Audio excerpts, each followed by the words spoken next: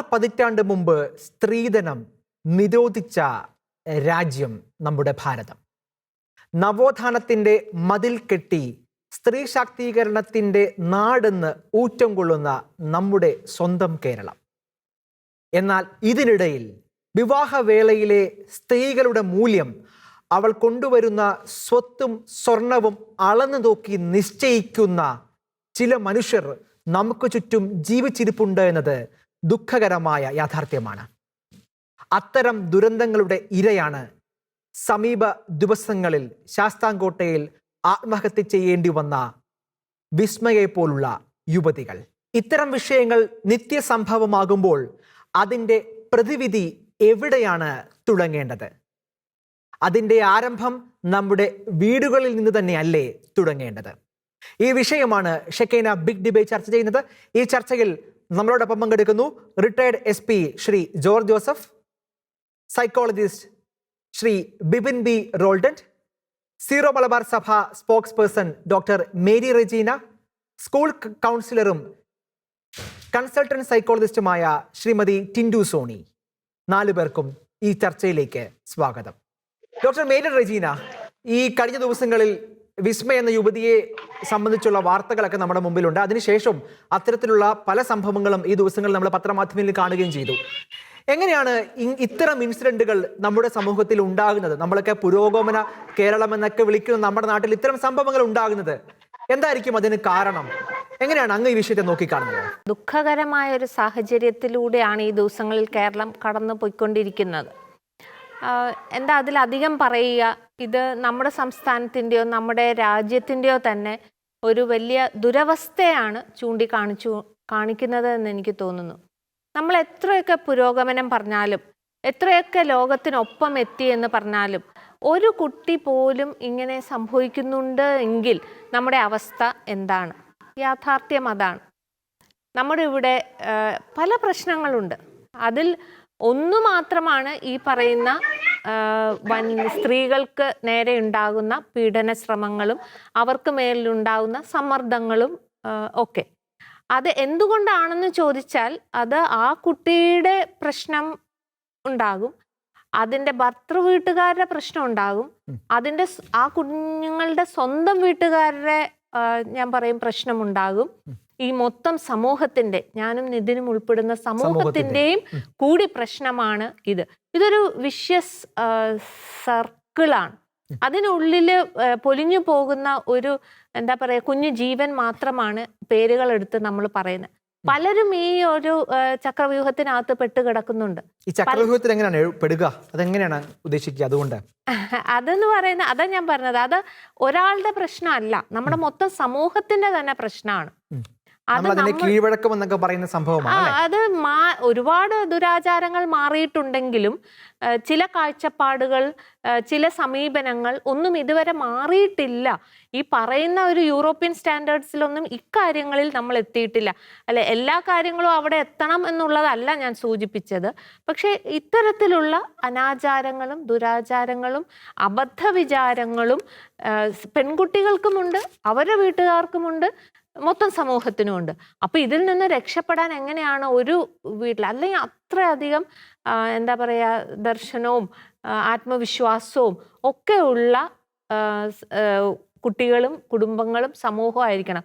പക്ഷെ അത് ഒറ്റപ്പെട്ട് നിൽക്കും, അവര് വേറിട്ട് നിൽക്കും. അങ്ങനെയാണ് ഇന്നത്തെ സമൂഹത്തിന്റെ വ്യവസ്ഥ. നിർഭാഗ്യവശാൽ നമുക്ക് പറയേണ്ടി വരും, ഇത് എന്താ ഒരു ഗോത്ര സംസ്കാരത്തിന്റെ ഒക്കെ തുടർച്ചയാണെന്ന് ഈ ഇടയ്ക്ക് എവിടെയോ കണ്ട പോലെ.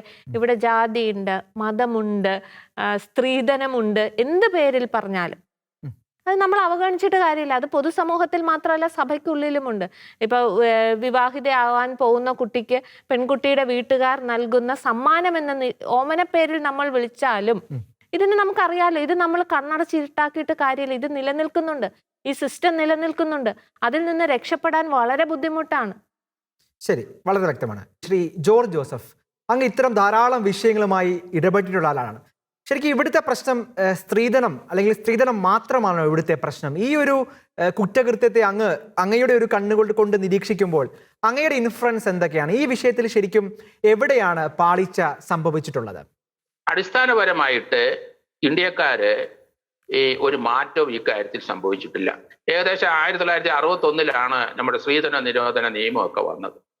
വർഷങ്ങൾ എത്രയോ പോയി, ഒരു 10-12 ഏകദേശം ഒരു 62 വർഷത്തോളം കടന്നു പോയിരിക്കുന്നു. ഒരു മാറ്റവും വന്നിട്ടില്ല. സ്ത്രീധന തുക ഇന്ന് നമ്മൾ ഇതിനെപ്പറ്റി ഞാൻ അധികം വിമർശിക്കുന്നില്ല, പക്ഷെ ചില പോംവഴികളൊക്കെ പറയണമെന്ന് ഞാൻ ഇന്നലെ കുറച്ചു ദിവസം കൊണ്ട് ഞാൻ അതാ പറഞ്ഞുകൊണ്ടിരിക്കുന്നത്. ഇപ്പൊ ക്രിസ്ത്യൻ സമുദായത്തില് എപ്പോഴായാലും ശരി സ്ത്രീധനം നമ്മൾ ചോദിക്കാൻ പാടില്ല, കുറ്റകരമാണ്. അത് ചോദിക്കുന്നതും കുറ്റവും കൊടുക്കുന്നതും കുറ്റം. അതുകൊണ്ട് ഇപ്പൊ എല്ലാവരും ചെയ്യുന്നത് കുട്ടിക്ക് എന്നാ ഷെയർ കൊടുക്കും. അപ്പൊ അതൊരു ഡിമാൻഡാണ്. അത് രഹസ്യമായിട്ട് അപ്പനോ വല്യപ്പനോ അവരുടെ അമ്മാച്ചന്മാരോ ആരെങ്കിലും കല്യാണ ആലോചന സമയത്ത് തന്നെ അത് ചോദിക്കും. അപ്പൊ ഇപ്പോഴത്തെ വിസ്മയുടെ കേസിനകത്ത് തന്നെ ആ കുട്ടിക്ക് 11.5 ലക്ഷം രൂപയുടെ ഒരു കാർ വാങ്ങിച്ചു കൊടുത്തു, ഒരു 100 പവൻ കൊടുത്തു, ഒരു 1.5 ഏക്കർ സ്ഥലം കൊടുത്തു. മോട്ടോർ വെഹിക്കിൾ ഇൻസ്പെക്ടറാണ്, സാധാരണ ഒരു കുടുംബത്തിൽ നിന്ന് കയറി വന്ന ഒരുത്തനാണ്. പക്ഷെ ഈ കുട്ടി ഒരു ഡോക്ടറാണ്. അപ്പൊ അങ്ങനെയുള്ള ഒരു കുട്ടിക്കാണ്, നല്ല വിദ്യാഭ്യാസമുള്ള പേരന്റാണ്, അവരൊക്കെ വിദേശത്ത് 10-26 വർഷമായി. ഒരു ബ്രദർ ഹൈലി ക്വാളിഫൈഡ് ആണ്, അദ്ദേഹത്തിന്റെ ഭാര്യ ഡോക്ടറാണ്. അപ്പൊ ഇതൊരു സമൂഹത്തിലെ ഒരു ഉന്നതമായ സ്ഥാനമുള്ള ഒരു കുടുംബത്തിൽ നടന്ന സംഭവമാണെന്ന് വിചാരിച്ചോണം. അപ്പൊ നമുക്ക് ഇതിനൊരു പ്രതിവിധിയിലോട്ടാണ് ഞാൻ കൂടുതൽ ആദ്യം സഞ്ചരിക്കുന്നത്. ധാരാളം കേസുകൾ റിപ്പോർട്ട് ചെയ്തുകൊണ്ടിരിക്കുകയാണ്. അപ്പൊ നമുക്ക് ക്രിസ്ത്യൻസിന്റെ സഭയെ കൂടുതലായാലും ശരി, ഏത് സഭയായാലും ശരി, SNDPക്കാരായാലും ശരി, NSS ആയാലും ശരി, ഹിന്ദു കമ്മ്യൂണിറ്റിയിലായാലും ശരി, മുസ്ലിം കമ്മ്യൂണിറ്റി ആയാലും ശരി, സ്ത്രീധനം പൊതുവെ എല്ലാവരും കൊടുക്കുകയും വാങ്ങുകയും ചെയ്യുന്നു. ആർഭാടമായ കല്യാണം നമ്മൾ എല്ലാവരും നടത്തും. ഒരു കല്യാണത്തിൽ എത്ര കാറ് വന്നെന്ന് ആലോചിച്ചിട്ടാണ് അവരുടെ മഹിമ, ആ വീടിന്റെ വലിയ വീട്ടുകാരാണെന്നുള്ള ചിന്ത വരുന്നത്. അപ്പൊ ഇതെല്ലാം നമുക്ക് മാറ്റി മറിച്ചേ പറ്റുള്ളൂ. നമുക്ക് ഈ കുട്ടികൾക്ക് കൊടുക്കുന്ന ഒരു കാര്യം ഞാൻ ഈ പറയുന്നത്, ഞാൻ ഇന്നലെ 2-3 ദിവസം കൊണ്ട് ഇത് പറഞ്ഞുകൊണ്ടിരിക്കുന്ന കാര്യമാണ്. ഒരു കുട്ടിക്ക് കൊടുക്കുന്ന എന്ത് സംഖ്യയായാലും ശരി, കല്യാണത്തിന് എല്ലാ ക്രിസ്ത്യൻസ് സമുദായത്തിലെ ആൾക്കാരും ഒരു മാല മാത്രമേ ഇടാനുള്ള പഠിക്കണം. ഒറ്റമാല. ആ കഴുത്ത് നിറയെ ആ കുട്ടിയുടെ മുൻവശം ഒന്നും കാണാമല്ല, അതുപോലെ മാലകൾ ഇങ്ങനെ ഇട്ട് നിൽക്കുന്നതാണ് ഞാൻ കണ്ടിരിക്കുന്നത്. ഒറ്റ മാല നിയമം മൂലം പ്രോഹിബിറ്റ് ചെയ്യണം. അത് ഒരു മാല മാത്രം. ബാക്കിയുള്ള ആ കുട്ടിക്ക് ഒരു 300 പവൻ കൊടുക്കും, 100 പവൻ കൊടുത്താൽ ആ പൈസ കുട്ടിയുടെ പേരിൽ ബാങ്കിൽ ഇട്ട് കൊടുക്കുക. കുട്ടിക്ക് ഒരു സ്വത്തുണ്ടെങ്കിൽ ആ കുട്ടിയുടെ പേര് എഴുതി കൊടുക്കണം, ഭർത്താവിന്റെ പേര് ഒരിക്കലും എഴുതി കൊടുക്കാൻ പാടില്ല.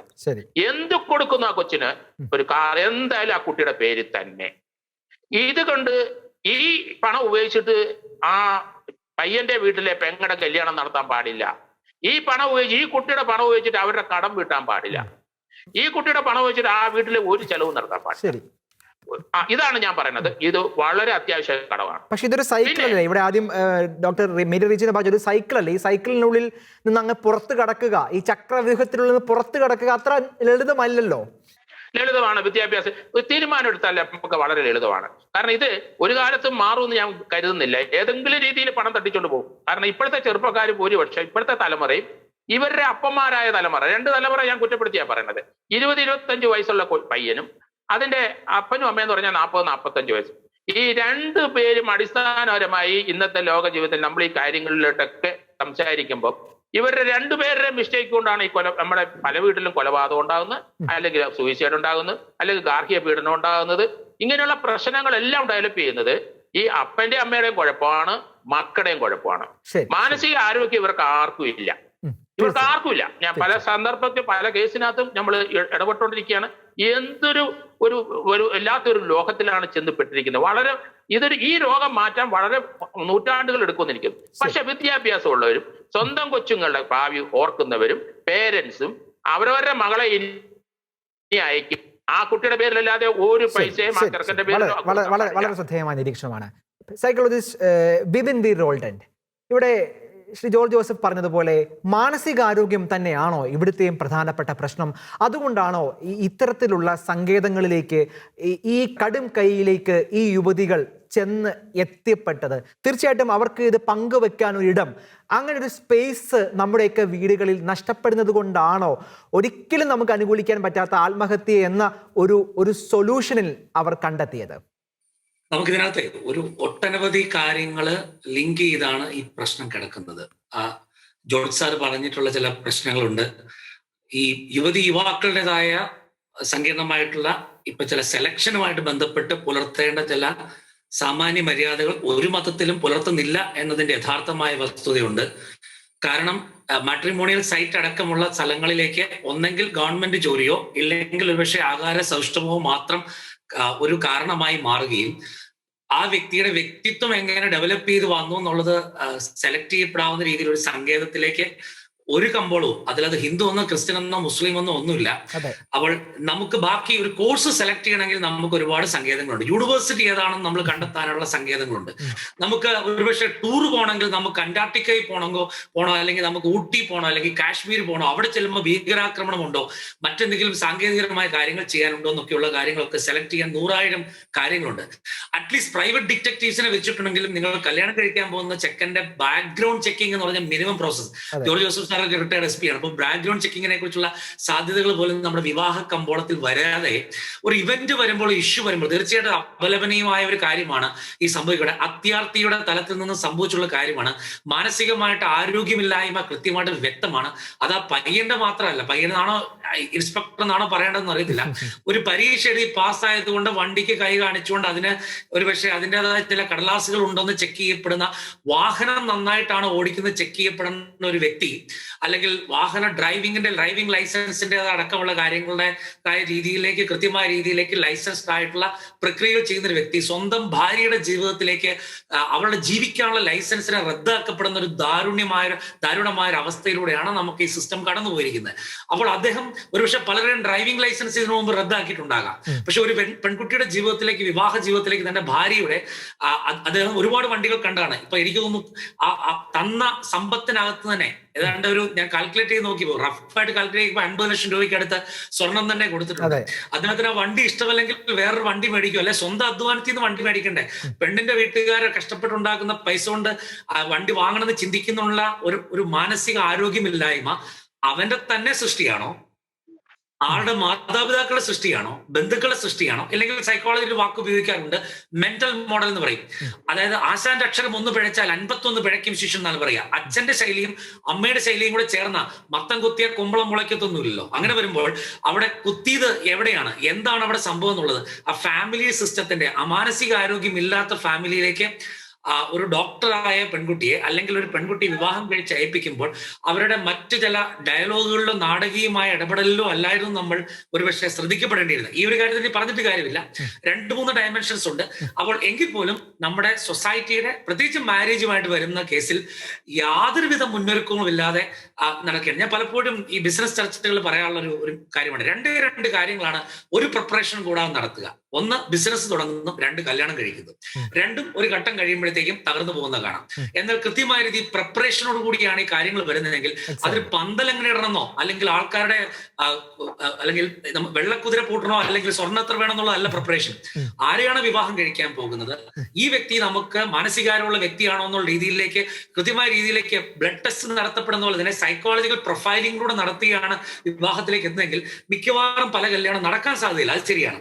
പക്ഷെ അവർക്ക് യോജിക്കുന്ന ചില കേസുകൾ എങ്ങനെ ചെയ്യാൻ പറ്റും. എന്തിനാണ് മാനസിക ആരോഗ്യമുള്ള ഒരാളെ മാനസികാരോഗ്യം ഇല്ലാത്ത ഒരാളുടെ കൈ കൊണ്ടുപോയി കൊലയ്ക്ക് കൊടുക്കുന്നത്? 24 വർഷം കൊണ്ട് കൊലയ്ക്ക് കൊടുക്കാനാണോ പേരൻസ് അത്രയും കഷ്ടപ്പെട്ട് വന്നിരിക്കുന്നത്? അപ്പോൾ എന്തുകൊണ്ടാണ് ആ പെൺകുട്ടിക്ക് ഒരുപക്ഷെ മറ്റു കാര്യങ്ങളിലേക്ക് പോകാൻ പറ്റാത്തതെന്നോ അല്ലെങ്കിൽ രക്ഷപ്പെടാൻ പറ്റാത്തെന്നുള്ള കാര്യങ്ങൾ നമുക്ക് വീണ്ടും ഞാൻ ചർച്ചയിലേക്ക് ചോദ്യം വന്നെങ്കിൽ ഞാൻ പറയാം. പക്ഷേ ഇവിടെ ഒരു പ്രധാനപ്പെട്ട കക്ഷി എന്ന് വെച്ചാൽ മാനസികാരോഗ്യം ഇല്ലാത്തൊരു സൊസൈറ്റിയിൽ കോഴ്സിന്റെ ബലത്തിൽ വെച്ചിട്ട്, ഡെസിഗ്നേഷന്റെ ബലത്തിൽ മാത്രം വെച്ചുകൊണ്ട്, നാഡീരോമത്തിന്റെ മാത്രം ബലത്തിൽ വെച്ചുകൊണ്ട് വിവാഹ കമ്പോളത്തിലേക്ക് പോകാൻ ചാടി ഇറങ്ങുന്ന മാതാപിതാക്കൾ അടക്കമുള്ള മൊത്തം സൊസൈറ്റിക്ക് ഇനിയെങ്കിലും പഠിച്ചില്ലെങ്കിൽ കണ്ണീരുകളുടെ തുടർ പരമ്പരകൾ നമുക്ക് കാണേണ്ടി വരുമെന്നതാണ് ഏറ്റവും പ്രധാനപ്പെട്ട സൂചന. വളരെ വ്യക്തമാണ്. ശ്രീമതി ടിൻഡു സോണി, ഇവിടുത്തെ പ്രധാനപ്പെട്ട പ്രശ്നം സൈക്കോളജിസ്റ്റ് ബിപിൻ ബി റോൾഡൻ പറഞ്ഞതുപോലെ ഇവിടെ ഒരു പ്രിപ്പറേഷന്റെ കുറവാണോ? ഈ വിവാഹം എന്ന് പറഞ്ഞ ഇത്രയും മഹത്തായ ഒരു സ്റ്റെപ്പ് എടുക്കുമ്പോൾ വളരെ ലാഘവത്തോടെ ഈ ഒരു പ്രോസസ്സിലേക്ക് എത്തപ്പെടുന്ന ആ ഒരു അവിടെയാണോ പ്രശ്നമുള്ളത്? ശരിക്കും എവിടെയാണ് ഇത്തരത്തിലുള്ള ദുരന്ത കഥകൾ നമ്മുടെ മുമ്പിൽ ഉണ്ടാകുമ്പോൾ എവിടെയാണ് പ്രശ്നം? എനിക്ക് തോന്നുന്നു ഡോക്ടർ ബിപിൻ ബി റോൾഡൻ പറഞ്ഞതിന്റെ ബാക്കിയായിട്ട് പറയണമെന്ന് എനിക്ക് തോന്നുന്നു. അദ്ദേഹം പറഞ്ഞ പല പോയിന്റുകളും. കഴിഞ്ഞ ദിവസം ഒരു പെൺകുട്ടി എന്നെ വിളിച്ചപ്പോഴത്തേക്കിനും അവൾ കരഞ്ഞു പറഞ്ഞൊരു കാര്യമുണ്ട്. വിവാഹം നിശ്ചയിച്ചു കഴിഞ്ഞപ്പോൾ, വിവാഹത്തിലേക്ക് കയറി കഴിഞ്ഞപ്പോഴത്തേക്കിനും അവളുടെ ഫേസ്ബുക്ക്, വാട്സാപ്പ് അവളെ ഉപയോഗിക്കാനായിട്ട് ഭർത്താവ് അനുവദിക്കുന്നില്ല. ക്യാമറ ഇല്ലാത്ത ഫോണാണ് കുട്ടി ഉപയോഗിക്കുന്നത്. കാരണം ക്യാമറയുള്ള ഫോൺ ഉപയോഗിച്ച് ആരെങ്കിലും വീഡിയോ കോൾ ചെയ്യുന്നുണ്ട് എന്നുള്ളൊരു സംശയ രോഗത്തിലാണ് ഭർത്താവ് നിൽക്കുന്നത്. തീർച്ചയായിട്ടും ഇത് സങ്കീർണമായ പ്രശ്നമാണെങ്കിലും ഇതിന് വേണ്ട ഇന്റർവെൻഷൻ കൊടുക്കുക എന്ന് പറയുന്നത് നമുക്ക് വളരെ ആവശ്യമാണ്. എനിക്ക് തോന്നുന്നു ഇപ്പൊ നമ്മൾ ഈ ചാനൽ ചർച്ചകളിലും മറ്റ് ഫേസ്ബുക്കുകളിലും കമന്റുകൾ ഇടുന്ന ഇതേ കൂട്ടം ആൾക്കാർ തന്നെ ഇനി വിചാരിച്ചാൽ മതിയാകും, അവരൊന്ന് ശ്രമിച്ചാൽ മതിയാകും നമുക്ക് ഒരു മാറ്റത്തിന് തുടക്കം കുറിക്കാൻ. എനിക്ക് തോന്നുന്നു നമ്മളുടെ പ്രീ മാരേജ് കോഴ്സുകളൊക്കെ 3 ദിവസത്തിൽ ഒതുക്കുക എന്നാണ് എന്റെ അഭിപ്രായം. അത് ശരിക്കും പറഞ്ഞാൽ ഡിഗ്രിയും എടുക്കുന്നത് പോലെ കോഴ്സ് ചെയ്യുന്നത് പോലെ ഒരു 3 മാസം 6 മാസം അങ്ങനെ സമഗ്രമായിട്ട് ഈ വ്യക്തിയെ ഒന്ന് കാര്യമായിട്ട് മനസ്സിലാക്കാനെങ്കിലും നമുക്ക് സാധിക്കും. അപ്പോൾ ഇത് ഒന്നാമത്തെ കാര്യം. നമുക്ക് കൃത്യമായ കോൺഷ്യസ് പാരന്റിങ്ങിനെ പറ്റിയോ ഫാമിലി ലൈഫ് എഡ്യൂക്കേഷനെ പറ്റിയോ ഹസ്ബൻഡ് ആൻഡ് വൈഫ് റിലേഷൻഷിപ്പിനെ പറ്റിയോ സയന്റിഫിക് ആയിട്ടുള്ള കാര്യങ്ങൾ പറഞ്ഞു കൊടുക്കുന്ന മീഡിയംസ് നമുക്ക് എന്തുമാത്രം ഉണ്ട്, അല്ലെങ്കിൽ അതിന് എന്തുമാത്രം വാലിഡിറ്റി ഉണ്ട്. ഈ കുട്ടിക്ക് തന്നെ അവൾക്ക് ആരും ഹെൽപ്പിനുണ്ടായിരുന്നില്ല, അവളെ കേൾക്കാൻ ആരും ഇല്ലാത്തൊരു അങ്ങനത്തെ ഒരു ഒത്തന്റിക് ഹെൽപ്പ് ഡെസ്ക് എവിടെയുണ്ട്? ആരെ വിളിച്ചാൽ അവൾക്ക് ഇത് സംസാരിക്കാൻ പറ്റും? അങ്ങനത്തെ ഒരു അവസ്ഥയിൽ പോകുന്ന പെൺകുട്ടികളെ ആര് കേൾക്കും? അങ്ങനത്തെ ഒരു pool of resources നമുക്കുണ്ടോ?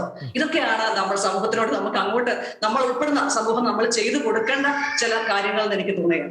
Doctor Mary Regina, കഴിഞ്ഞ എൻ്റെ അടുത്തുള്ള ഏറ്റവും ഒടുവിലത്തെ കണക്കനുസരിച്ച് 28 കുടുംബ കോടതികളിൽ 1,04,715 കേസുകളാണ് കെട്ടിക്കിടക്കുന്നത്. അതായത് നമ്മളുടെ ഈ പറയുന്ന ഫാമിലി ലൈഫ് എന്ന് പറഞ്ഞ വലിയൊരു പ്രോസസ്സിൻ്റെ ആ ഒരു പ്രോസസ്സ് തുടങ്ങി അവിടെ ചില പൊട്ടിത്തെറികളും ചീറ്റലുകളും ഒക്കെ ശേഷമാണ് ഇത്തരത്തിലുള്ള കേസുകൾ നമ്മുടെ സംവിധാനത്തിൽ കുമിഞ്ഞുകൂടുകയാണ്. അത് എല്ലാ കോടതികളും കണക്കുകൾ നമ്മുടെ മുമ്പിലുണ്ട്.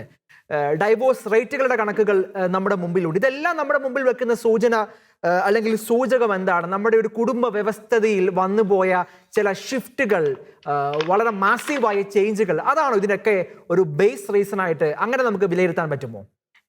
ഈ കണക്കുകളൊന്നും കണ്ടും കേട്ടും നിങ്ങൾ വിവാഹിതരല്ലാത്തവർ പേടിക്കരുത്.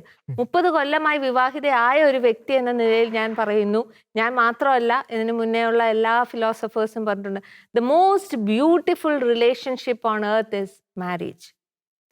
ദാമ്പത്യ ബന്ധമാണ്, എനിക്ക് തോന്നുന്നു നമുക്കത് വിവരിക്കാൻ പറ്റില്ല. അത് തെർത്തുല്യൻ തന്നെ പറഞ്ഞിട്ടുണ്ട്. ഇപ്പൊ സമയക്കുറവ് മൂലം തെർത്തുല്യൻ എന്താ പറഞ്ഞത് ഞാൻ പറയുന്നില്ല. അത് എന്താ ആദവും ഹവ്വയും കണ്ടുമുട്ടിയപ്പോൾ ഉള്ള ഒരു എക്സ്ക്ലമേഷൻ ഹാ എന്ന് പറഞ്ഞിട്ടുള്ള അത് തന്നെയാണ് റിലേഷൻഷിപ്പ് എന്ന് പറയുന്നത്. അതിൽ അസ്വാരസ്യം എന്ന് വെച്ചാൽ 2 വ്യക്തികളല്ലേ, 2 അഭിപ്രായങ്ങൾ, 2 ബുദ്ധി ഒക്കെ ഉള്ള വ്യക്തികൾ. പക്ഷേ ഇവിടെ സംഭവിച്ചുകൊണ്ടിരിക്കുന്നതെന്ന് പറഞ്ഞാൽ ഈ പറഞ്ഞ പോലെ അന്ന് ഞാൻ സൂചിപ്പിച്ചത്, ഇതിനിടയിൽ തട്ടിയും മുട്ടിയും എന്ന് പറയുന്ന പോലെ പൊട്ടിത്തെറികളും ചീറ്റലുകളും ഒക്കെ ഉണ്ടാവുക, അഭിപ്രായ വ്യത്യാസങ്ങൾ ഉണ്ടാവുക ഒക്കെ ഉള്ളത് സ്വാഭാവികം മാത്രമാണ്.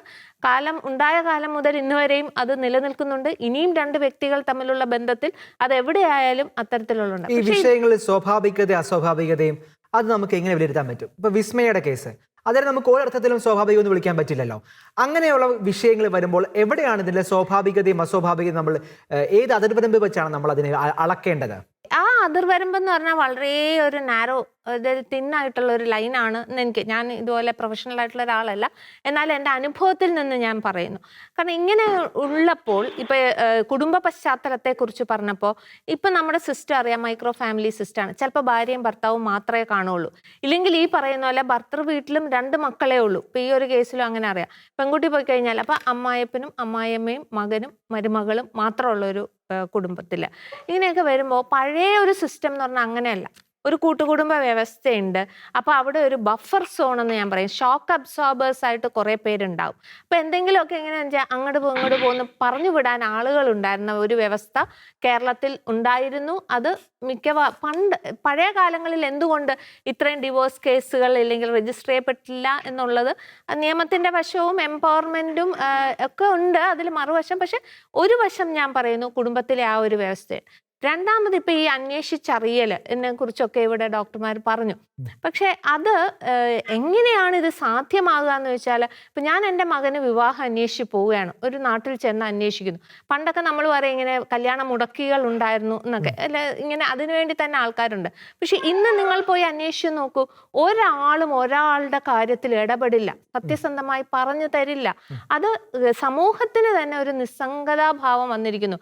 ഇത്തരത്തിലുള്ള മാരേജ് പ്രപ്പോസൽ പ്രപ്പോസലിന്റെ കേസിൽ എൻ്റെ അനുഭവത്തിൽ നിന്ന് ഞാൻ പറയുകയാണ്, സത്യസന്ധമായ ഉത്തരം തരുന്നവർ വളരെ ചുരുക്കമാണ്. എന്നാൽ പറയുന്നവരുണ്ട്, അങ്ങനെ നമുക്ക് കാര്യങ്ങൾ അറിയാവുന്ന മാർഗങ്ങളുണ്ട്. അപ്പൊ പാരൻസ് ചിലപ്പോഴൊക്കെ, പിന്നെ ഈ കല്യാണത്തിന്റെ കാര്യം വരുമ്പോഴാണ് പണ്ട് മുതലേ ഉള്ള ഒരു ഹാഷ്ടാഗാണ് വിശ്വാസം അതല്ലേ എല്ലാം എന്നുള്ളത്. അതൊരു വിശ്വാസമാണ്. എങ്ങനെയൊക്കെ അന്വേഷിച്ചാലും ചിലപ്പോൾ ഇതൊരു വിശ്വാസമാണ്. ആ വിശ്വാസത്തിന്റെ പുറത്താണ് നമ്മൾ വിവാഹം കഴിപ്പിക്കുന്നത്. അത് കഴിഞ്ഞിട്ടാണ് ഈ വിശ്വാസ വഞ്ചനയാണ് എന്നുള്ളത് നമ്മൾ മനസ്സിലാക്കുന്നത്. അപ്പൊ മൊത്തത്തിൽ സമൂഹത്തിലും കുടുംബത്തിലും ഒക്കെ വന്ന മാറ്റങ്ങളുണ്ട്. വർഷങ്ങളായിട്ട് പ്രണയത്തിലായിരിക്കുന്ന ആൾ കല്യാണം കഴിക്കുമ്പോഴും ഇതിനേക്കാൾ വലിയ എല്ലാം അറിഞ്ഞിട്ടും കല്യാണത്തിലേക്ക് കിടന്നിട്ടും എത്രയോ ദുരന്തകഥകൾ നമ്മുടെ മുമ്പിലുണ്ട്. അതാ ഞാൻ പറഞ്ഞ, അവിടം വരെ എല്ലാം വിശ്വാസമാണ്. വിവാഹം കഴിയുന്ന ദിനം വരെ വിശ്വാസമാണ്. അപ്പോ അതിലാണ് ഫ്രാൻസിസ് മാർപ്പാപ്പ അമോറിസ് ലെത്തീസിയയിൽ പറഞ്ഞേക്കുന്നത്, വിവാഹ ദിവസം നമ്മൾ എന്താ പറയാ, ആ കുട്ടിയുടെ കല്യാണം കഴിഞ്ഞു എന്നുള്ളതല്ല. ഫ്രാൻസിസ് മാർപ്പാപ്പ പ്രത്യേകം പറയുന്നുണ്ട്, അവിടെ തുടങ്ങുന്നതേ ഉള്ളൂ, വിവാഹം തുടങ്ങുന്നതേ ഉള്ളൂ. പക്ഷെ നമ്മൾ ഈ മലയാളത്തിൽ പറയുമ്പോൾ വിവാഹം കഴിഞ്ഞു എന്നതുപോലെയാണ് പലരുടെയും ജീവിതത്തിലെ സന്തോഷം അവിടം കൊണ്ട് കഴിയുന്നത്. എന്താണ്, വിവാഹം തുടങ്ങുകയല്ല, കഴിയുക തന്നെയാണ് ഈ ഒരു കേസിലും സംഭവിച്ചത്. ആ കുട്ടിയുടെ ജീവിതത്തിലെ സന്തോഷം കഴിയുന്ന എന്തുകൊണ്ടാണെന്ന് ചോദിച്ചാൽ, അതിൽ ഈ പറയുന്ന കുടുംബ വ്യവസ്ഥയിലെ മാറ്റങ്ങൾ, കുടുംബങ്ങളിൽ ഈ മൈക്രോ ഫാമിലി ആയതിൻ്റെ പ്രശ്നങ്ങൾ, സമൂഹത്തിൻ്റെ ഒരു നിസ്സംഗത, മൊത്തത്തിൽ ആരും ഒന്നും ഷെയർ ചെയ്യാതെ ഇടപെടാതിരിക്കും. ഇത്ര ഞാൻ ചോദിക്കുക, ഇങ്ങനെ കുട്ടികൾക്ക് എങ്ങനെ സംഭവിക്കുന്നു എന്നുള്ളൊരു അത്ഭുതമാണ്. ഫ്രണ്ട്സ് ഇല്ലേ, അവർക്ക് ടീച്ചേഴ്സ് ഇല്ലേ, അവർക്ക് സംസാരിക്കാൻ ഇടങ്ങളില്ലേ? സഭയിലാണെങ്കിൽ നമുക്ക് ഒരുപാട് സ്ഥലങ്ങൾ ഉണ്ട് എന്ന് നമ്മൾ നമ്മുടെ കുട്ടികളെ പറഞ്ഞു പഠിപ്പിക്കുന്നുണ്ട്. അത് ആ സഭയിലെ അവസരങ്ങൾ ഉപയോഗിക്കണമെന്ന് പറയുന്നുണ്ട്. കൗൺസിലേഴ്സ് ഉണ്ട്, കൗൺസിലിംഗ് സെന്റേഴ്സ് ഉണ്ട്. എന്തുകൊണ്ട് എന്നിട്ടും ഇങ്ങനെ സംഭവിക്കുന്നു എന്നുള്ളത് വളരെ വളരെ നിർഭാഗ്യകരമാണ്. തീർച്ചയായും. ജോർജ് ജോസഫ്, ഇവിടുത്തെ ഒരു നിയമ പ്രശ്നമുണ്ടല്ലോ. കാരണം സ്ത്രീധന നിയമം മൂലം നിരോധിച്ചൊരു രാജ്യത്ത് അത് പല പേരിൽ ആ സംവിധാനങ്ങൾ വളരെ ഭംഗിയായി ഇപ്പോഴും തുടരുന്ന ഒരു സാഹചര്യം നമ്മുടെ മുമ്പിലുണ്ട്. ശരിക്കും നിയമത്തിന്റെ കണ്ണിലൂടെ ഈ വിഷയങ്ങളെയൊക്കെ നമ്മൾ വിലയിരുത്തുമ്പോൾ അത് നിയമം ശക്തമായി നടപ്പാക്കാത്തതിന്റെ പ്രശ്നമാണോ, അതോ ഇതിന്റെ ലൂപ്പ് ഹോളുകളിലെ സാധ്യതകൾ ഉപയോഗിച്ചാണോ ഇത്തരം സംഭവങ്ങൾ ഉണ്ടാകുന്നത്? കേവലം സ്ത്രീധനവുമായി ബന്ധപ്പെട്ട വിഷയമല്ല, ഗാർഹിക പീഡനം ഉൾപ്പെടെയുള്ള വിഷയങ്ങളും ഒക്കെ ആയിട്ട് ചേർത്ത് വായിക്കുമ്പോൾ നിയമം ആണോ ശരിക്കും ഇതിൻ്റെയൊക്കെ പിന്നിൽ ഒരു അവസരമായി ആളുകൾ അതിന്റെ ലൂപ്പ് ഹോളുകളെ ഉപയോഗിക്കുന്നുണ്ടോ? ഇല്ല, ഞാൻ വ്യത്യസ്തമായിട്ടാണ് ചിന്തിക്കുന്നത്.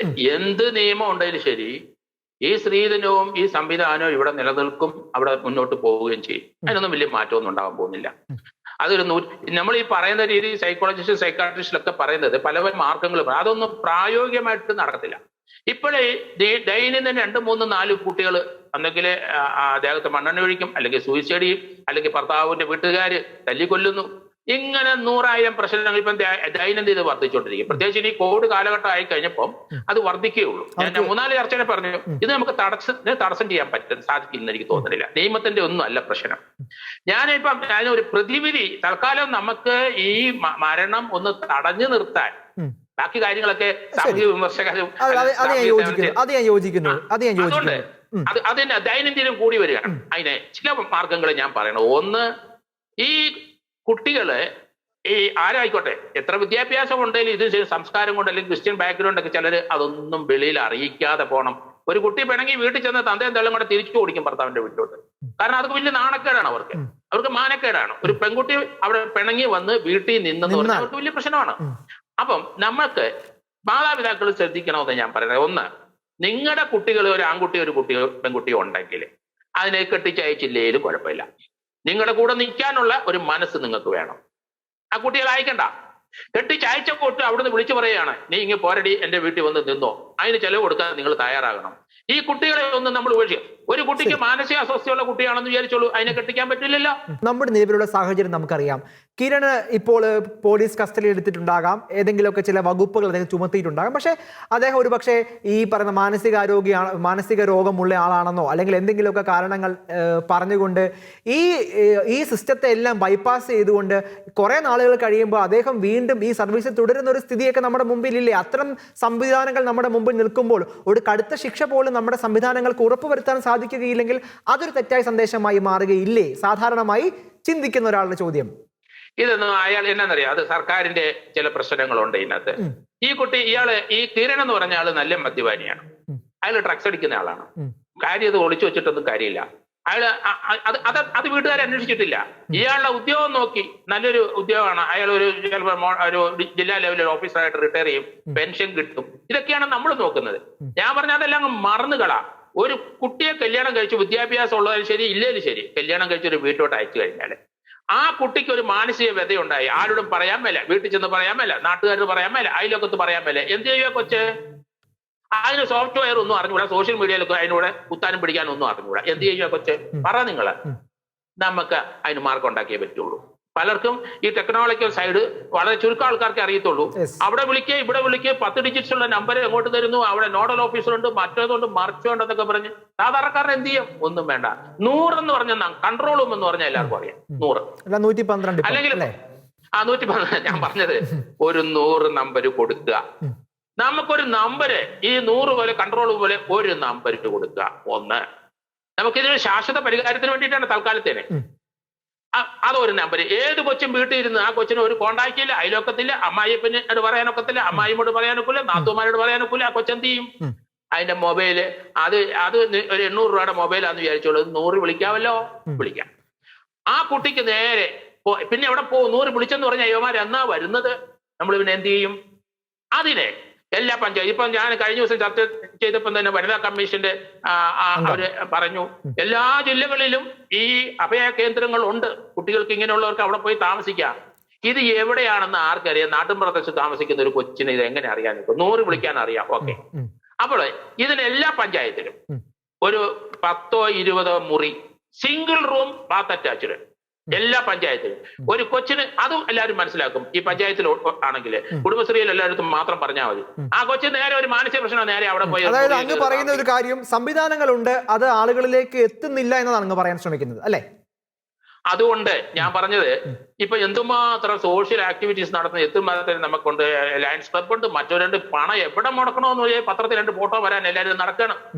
അപ്പൊ നമുക്കൊരു കാര്യം ചെയ്യാം. എല്ലാ പഞ്ചായത്തിലും ഒരു 10 15 20 മുറിയുള്ള ഒരു ചെറിയ ഫ്ലാറ്റ്, ഒരു മുറി ബാത്ത് അറ്റാച്ച്ഡ്. ഒരു കൊച്ചിന് ഒരു വീട്ടിൽ ഒരു ഭർത്താവിന്റെ വീട്ടിൽ പ്രശ്നമാണെന്ന് പറഞ്ഞാൽ ആരോട് ചോദിക്കേണ്ട, കൊച്ചു നേരെ ഇവിടെ വന്ന് മുറിയിൽ എടുക്കുക, കയറുക. പക്ഷെ അങ്ങനെ കൊണ്ടൊക്കെ നമുക്ക് തീർക്കാൻ പറ്റുന്ന പ്രശ്നമാണോ ഈ വിഷയം? അതൊരു തീർക്കും. തൽക്കാലത്തിന് ആത്മഹത്യയും അല്ലെങ്കിൽ കൊലപാതകവും നിൽക്കും, ഉറപ്പാ. അത് മാറ്റമില്ല, ഉറപ്പാ. ശ്രീമതി ടിൻഡു സോണി, നമ്മൾ ഈ ചർച്ചകളൊക്കെ നമ്മുടെ മാധ്യമങ്ങളിലൊക്കെ ഈ വിഷയം ചർച്ച ചെയ്യുന്ന സമയത്ത് സോഷ്യൽ മീഡിയയിലൊക്കെ നമ്മൾ കാണുന്ന ഒരു പ്രശ്നം, ഇപ്പോൾ ഈ ഡൈവോഴ്സ് അല്ലെങ്കിൽ വിവാഹമോചനം അതിനെയൊക്കെ വളരെയധികം ഗ്ലോറിഫൈ ചെയ്യുന്ന ഒരു സംവിധാനം, അങ്ങനെ ഒരു ട്രെൻഡ് ഈ ദിവസങ്ങളിൽ അല്ലെങ്കിൽ കുറെ കാലമായിട്ടുള്ളതാണ്. അങ്ങനെ ഒരു കൺക്ലൂഷനിലേക്ക് എത്തുന്നുണ്ട് ഈ ദിവസങ്ങളിലെ ഈ സംഭവങ്ങളൊക്കെ വരുമ്പോഴേക്കും എല്ലാ വിവാഹങ്ങളിൽ ഇങ്ങനെ ചില പ്രശ്നങ്ങളൊക്കെ ഉണ്ടാകാം, അല്ലെങ്കിൽ അതിന് ഇങ്ങനത്തെ ചില കൺക്ലൂഷൻ ഉണ്ടാകാം. അപ്പോൾ പിന്നെ വളരെ നിസ്സാരമായിട്ട് നമുക്ക് 5 മിനിറ്റ് തീർക്കാവുന്ന കാര്യമില്ല വിവാഹമോചനം, അങ്ങനെ ഒരു കൺക്ലൂഷൻ വരുന്നുണ്ട്. പിന്നെ ഈ ടിപ്പിക്കലായിട്ടുള്ള ഫാമിലി ലൈഫ് തന്നെ നമുക്ക് ഒഴിവാക്കി മറ്റ് സങ്കേതങ്ങൾ തേടിക്കൂടെ? ഇത്തരത്തിലുള്ള അബദ്ധ പ്രബോധനങ്ങളും ഈ കാലഘട്ടങ്ങളിൽ വിളമ്പുന്ന ആളുകളുമുണ്ട്. ഇത്തരത്തിലുള്ള ചില കാര്യങ്ങളെ എങ്ങനെയാണ് നിരീക്ഷിക്കുന്നത് അങ്ങ്? വളരെ വളരെ ഇമ്പോർട്ടന്റ് ആയിട്ടുള്ള ഒരു കാര്യമാണ് നിതിൻ ഇപ്പൊ സൂചിപ്പിച്ചത്. ഓൾറെഡി നമ്മുടെ ചെറുപ്പക്കാരുടെ ഇടയിൽ അവർക്ക് ഒരു ധാരണ ഇപ്പൊ ഏകദേശമുണ്ട്. എന്തിനാണ് വിവാഹം കഴിക്കുന്നത്? വിവാഹം കഴിക്കേണ്ട ആവശ്യമില്ല. കാരണം വിവാഹം കഴിക്കാതെ തന്നെ ബാക്കിയുള്ള എല്ലാ സന്തോഷങ്ങളും സുഖങ്ങളും അവർക്ക് ആസ്വദിക്കാൻ പറ്റുന്നുണ്ട്, അനുഭവവേദ്യമാണ്. എന്തിനാണ്? പിന്നെ രണ്ടാമത്തത്, റെസ്പോൺസിബിലിറ്റി എടുക്കാൻ നമ്മുടെ യുവാക്കന്മാരും യുവതികളും പലപ്പോഴും ഇന്ന് പ്രയാസപ്പെടുന്നുണ്ട്. അവർക്ക് താല്പര്യമില്ല. നമ്മളുടെ പെൺകുട്ടികളുടെ വിദ്യാഭ്യാസം വളരെ കൂടുതലായതുകൊണ്ടും അവർ 28 വയസ്സ് കഴിഞ്ഞാലും പല മാതാപിതാക്കളും കഷ്ടപ്പെടുവാണ് അവരെ ഒന്ന് ഫാമിലി ലൈഫിലേക്ക് എൻട്രി ചെയ്യിപ്പിക്കാൻ. അപ്പോ ഇത്തരം ചില പ്രശ്നങ്ങൾ തീർച്ചയായിട്ടും ഇങ്ങനെ ഒരു സംഭവം, അതായത് വിവാഹമേ വേണ്ട, അപ്പൊ അതുകൊണ്ട് തകരുന്നത് എന്താണ്? ഫാമിലി സിസ്റ്റം എന്ന് പറയുന്ന ഒരു കാര്യം വല്ലാതെ നെഗറ്റീവ് ആവുകയാണ്. ഫാമിലി സിസ്റ്റം വളരെ നെഗറ്റീവാണ്. വെറുതെ നമ്മള് ഒരു ഭാരമെടുത്ത് തലയിലോട്ട് ഏറ്റണ്ട എന്നുള്ള ഒരു നെഗറ്റീവ് ആയിട്ടുള്ള മെസ്സേജ് നമ്മൾ വിടുകയാണ്. രണ്ടാമത്, നമ്മൾക്ക് വേറൊരു പ്രശ്നമുള്ളത്, ഇത്തരം ചില ഇടപെടലുകൾ ഒന്നും ഒരിക്കലും ഒരു ഫലം ഉണ്ടാവത്തില്ല എന്നുള്ള മിഥ്യാധാരണ നമ്മൾ കൊടുക്കാൻ ഒരിക്കലും പാടില്ല. കാരണം നമ്മളുടെ ചെറുതും വലുതുമായിട്ടുള്ള, അതിപ്പം സൈക്കോളജിക്കൽ ആയാലും ശരി, നിയമപരമായിട്ടുള്ളതാണെങ്കിലും ശരി, ബാക്കി ഏതൊരു തരത്തിലുള്ള കാര്യങ്ങളും നമുക്ക് പറ്റുന്ന ഇടപെടലുകൾ ഏത് സമയത്തും നമ്മൾ വെച്ച് നീട്ടാൻ തയ്യാറായില്ലെങ്കിൽ അതില്ലാതിരിക്കുക എന്ന് പറയുന്നത് തീർച്ചയായിട്ടും സമൂഹത്തെ നെഗറ്റീവ് നെഗറ്റീവായിട്ട് തന്നെ ബാധിക്കും. വേറൊരു കാര്യം, ഇപ്പോ ഈ ഒരു കുഞ്ഞ് സൂയിസൈഡ് ആണ് അവൾ സെലക്ട് ചെയ്തത്. തീർച്ചയായിട്ടും അവളുടെ മാനസിക സമ്മർദ്ദം അത്രയും വലുതായിരുന്നു, അവൾക്ക് വേറെ സാഹചര്യങ്ങളൊന്നും ഉണ്ടായില്ല.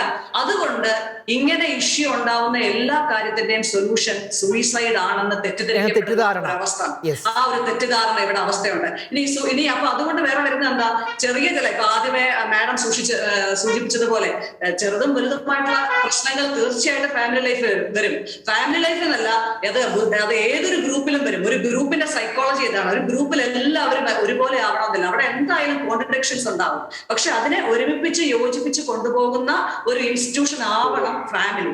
അപ്പൊ ആ ഒരു കൺവിക്ഷൻ നമ്മുടെ കുഞ്ഞുങ്ങൾക്ക് എവിടെയൊക്കെയോ നഷ്ടമായിക്കൊണ്ടിരിക്കണം. അപ്പൊ അതുകൊണ്ട് ചെറിയ പ്രശ്നം ഉണ്ടായാൽ തന്നെ അങ്ങനെയാണെങ്കിൽ ഇതുണ്ടല്ലോ, ഞാൻ ചാടിയേക്കാം, അല്ലെങ്കിൽ ഞാൻ ആത്മഹത്യ ചെയ്തേക്കാം, അല്ലെങ്കിൽ ഞാൻ ഇതിന് കേസ് കൊടുക്കും എന്നൊക്കെയുള്ള. അതുകൊണ്ട് വളരെ സെൻസിറ്റീവ് ആയിട്ടുള്ള കാര്യമാണിത്. 1-to-1 കേസസ് ആണ് ശരിക്കും ഇത്. കാരണം ഒരാളെ വിളിക്കുമ്പോൾ മാത്രമാണ് നമുക്ക് അവരുടെ കോണ്ടെക്സ്റ്റ് അനുസരിച്ചും അവരുടെ കൾച്ചർ അനുസരിച്ചും അവരുടെ ഫാമിലിയുടെ സാധ്യതകളൊക്കെ അനുസരിച്ചും അവരോട് ഇടപെടാനാവുക. അതുകൊണ്ടാണ് ഇതൊരു ശരിക്കും ഒരു ജനറലൈസ് ചെയ്യേണ്ട ഒരു വിഷയം പോലും അല്ല. പലപ്പോഴും ഭയമാണ് ഇങ്ങനത്തെ ഒരു കാര്യം ജനറലൈസ് ചെയ്ത് ചർച്ച ചെയ്യുമ്പോൾ. അതായത് വളരെ വ്യക്തിപരമായി നമ്മൾ കൈകാര്യം ചെയ്യേണ്ട, അതിസൂക്ഷ്മമായി കൈകാര്യം ചെയ്യേണ്ട വിഷയമാണിത് എന്നാണ് ശ്രീമതി ടിൻഡു സോണി ഇവിടെ പറഞ്ഞുറപ്പിക്കുന്നത്. ഡോക്ടർ വിപിൻ ബി റോൾഡന്റ്, നമ്മൾ ഈ ദാമ്പത്യത്തിലെ ഇത്തരം തകർച്ചകളൊക്കെ നമ്മുടെ മുമ്പിൽ ഉണ്ട്. ധാരാളം കഥകൾ അങ്ങേക്ക് വ്യക്തിപരമായിട്ട് അറിയാൻ പറ്റുമായിരിക്കാം. ഇവിടെയൊക്കെയുള്ള പ്രധാനപ്പെട്ട പ്രശ്നം ഒരു കമ്മ്യൂണിക്കേഷൻ ആണോ ഇവിടുത്തെ ഒരു പ്രശ്നം? ഒരു കമ്മ്യൂണിക്കേഷൻ ഗ്യാപ്പാണോ ഇവിടുത്തെ പ്രശ്നം?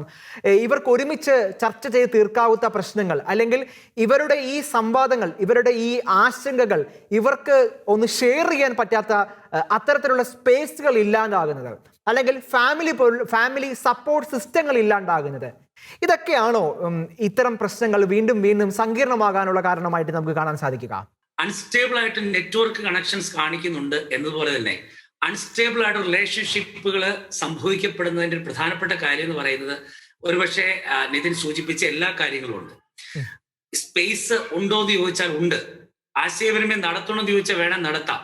ഇപ്പൊ ഫെസിലിറ്റി കൂടുതലാണ്, വാട്സപ്പ് ഉള്ള കാലമാണ്, നമുക്ക് ചാറ്റ് ചെയ്യാനുള്ള എന്തൊക്കെയോ മാർഗങ്ങളുണ്ട്. പക്ഷെ മനസ്സാണ് നമുക്കില്ലാത്തത്. ഈഗോ എന്നൊക്കെ പറയുന്ന ഈഗോ ഏതോ യൂണിവേഴ്സിറ്റിയിൽ നിന്ന് ഡിഗ്രി കൂടുന്നതനുസരിച്ചും ജോലി കൂടുന്നതനുസരിച്ചും ചിലപ്പോൾ കിട്ടിയാലും കിട്ടിയില്ലെങ്കിലും നമ്മുടെ പേഴ്സണാലിറ്റിക്ക് അകത്ത് ഒരുപക്ഷെ ഡിഗ്രിയുടെ കൂടെയോ PGയുടെ കൂടെയോ മറ്റു കാര്യങ്ങൾ കൂടെയോ അറിയാതെ കിടന്ന ചില ഈഗോകളാകാം. വിവാഹത്തെക്കുറിച്ചുള്ള തെറ്റായ കാഴ്ചപ്പാടിന്റെ പ്രശ്നങ്ങൾ ഇതിനകത്ത് ഉണ്ടാകാം. ബിക്കോസ് എന്താണ് വിവാഹം എന്ന് പറയുമ്പോൾ ഒരു ആളെ ഭർത്താവ് വിചാരിക്കുകയാണ് എനിക്ക് അടിമയായിട്ടൊരു പെൺകുട്ടിയെ വേണം. കാരണം ഇപ്പോഴും ലോകത്തിൽ പല സിസ്റ്റത്തിലും അടിമത്തം നല്ല രീതിയിലേക്ക് ശക്തമായി പോകുന്നുണ്ട്. പല കാര്യങ്ങളും 2021 അല്ല ജൂൺ മാസമാണെന്നും വിചാരിക്കുന്നതില്ല. ആളുകൾ മുമ്പോട്ടാണ് പോകുന്നത്, ടെക്നോളജിയിൽ മാത്രമാണ്. മനസ്സിൽ ആളുകൾ പുറകോട്ടാണ് പോവുക, അടിമത്തത്തിന്റെ കൾച്ചറിലേക്കാണ് പോവുക. സെർവന്റിനെയാണ് വിവാഹത്തിലൂടെ കിട്ടുന്നതാണ് വിചാരിക്കുക. മറിച്ച് എനിക്ക് വേണ്ടതൊരു പാർട്ട്ണർ ആണെന്നും പാർട്ട്ണറോട് സഹവർത്തിത്വമാണ് വേണ്ടതെന്നും പഠിക്കാതെ ആര് വിവാഹം കഴിച്ചാലും അവർക്ക് മറ്റേ ആളുടെ ഇര മാത്രമായി മാറും. വിക്ടിമൈസേഷന്റെ പ്രോസസ്സിലേക്കാണ് വരിക. ടിൻഡു സൂചിപ്പിച്ചതുപോലെ തന്നെ ഇത്തരത്തിൽ ഇത് പാഠ്യപദ്ധതിയുടെ ഭാഗമാക്കണമെന്ന് ജോർജ് ജോസഫ് സാർ ഞാനും തന്നെ ഒരുമിച്ചിരുന്ന പല ചർച്ചകൾ, കൂടത്തായ ചർച്ചകളിൽ റിപ്പോർട്ടർ ചാനലുകൾ ഒരുമിച്ചിരുന്നു. സാർ എല്ലാ ചാനലിലും ഉണ്ടായിരുന്നു. അപ്പോൾ ഇതിങ്ങനെ നിരന്തരമായിട്ട് ഇഷ്യൂ വരുന്നു, നമ്മൾ സംസാരിക്കുന്നു, ഒരാഴ്ച കഴിയുന്നു, അടുത്ത ഇഷ്യൂ വരുന്നു, സംസാരിക്കും. ജോർജ് സാർ തന്നെ ഇപ്പോൾ അടുത്ത വിഷയം മിക്കവാറും ഈ ആഴ്ചയോടെ അദ്ദേഹം ഈ വിഷയം അവസാനിപ്പിക്കും. അതിന് പുതിയൊരു വിഷയം കിട്ടും. അപ്പോൾ അദ്ദേഹം അതിൽ കാരണം പല വിഷയങ്ങളിൽ അദ്ദേഹം ചർച്ച ചെയ്തുകൊണ്ടിരിക്കുകയാണ്. ഇപ്പൊ അദ്ദേഹം പറഞ്ഞതനുസരിച്ച് ചില പോയിന്റുകളെങ്കിലും ഗവൺമെന്റ് ടേക്കപ്പ് ചെയ്തു, ഒരു നമ്പർ എസ്റ്റാബ്ലിഷ് ചെയ്ത് ഞാനും കണ്ടു. സാർ, ഇതിനകത്ത് അടിസ്ഥാനപരമായിട്ട് വേണ്ട കാര്യങ്ങൾ എന്ന് പറഞ്ഞാൽ വിവാഹം എന്ന് പറഞ്ഞ പ്രക്രിയയ്ക്ക് വേണ്ടി മാത്രം നമുക്ക് യാതൊരു കോച്ചിങ്ങും ഇല്ല. 3 ദിവസം തട്ടിക്കൂട്ട് പ്രീമാരിറ്റൽ കോഴ്സുകൾ എന്ന് തന്നെ ഞാൻ പറയും. കാരണം ഞാനും ക്ലാസ് എടുക്കാൻ പോയിട്ടുണ്ട്. 45 മിനിറ്റിനുള്ളിൽ പറയാനുള്ളത് തീർക്കാതെ നമുക്ക് അവിടെ ഇറങ്ങിപ്പോണം. അടുത്ത ആൾ കയറി നിൽക്കുകയാണ്. എന്തിനാണ് ഈ 3 ദിവസം കൊണ്ട് നമുക്ക് ഈ കൊച്ചുകുട്ടികൾക്ക് ചിലപ്പോൾ കുറുക്ക് കൊടുക്കുന്ന പോലെ കുത്തിയടിച്ച് നമുക്ക് കയറ്റി കഴിഞ്ഞതിന് ശേഷം ഈ വിരിക്കുന്ന കംപ്ലീറ്റ് ആൾക്കാരുടെ ശ്രമം എന്താണ്? 3-ാം ദിവസം സർട്ടിഫിക്കറ്റ് ഇടണം. സർട്ടിഫിക്കറ്റിന് വേണ്ടിയുള്ള ഒരു ചടങ്ങ് മാത്രമായിട്ട് അത്തരം സംവിധാനങ്ങൾ മാറുന്നുണ്ട്. സഭാധികാരികളോട് ഞാൻ ചോദിക്കുമ്പോൾ അത് പറയും, എന്നെ സാറേ ഈ 3 ദിവസം തന്നെ കഷ്ടപ്പെട്ടാണ് ഇവർ വരുന്നത്.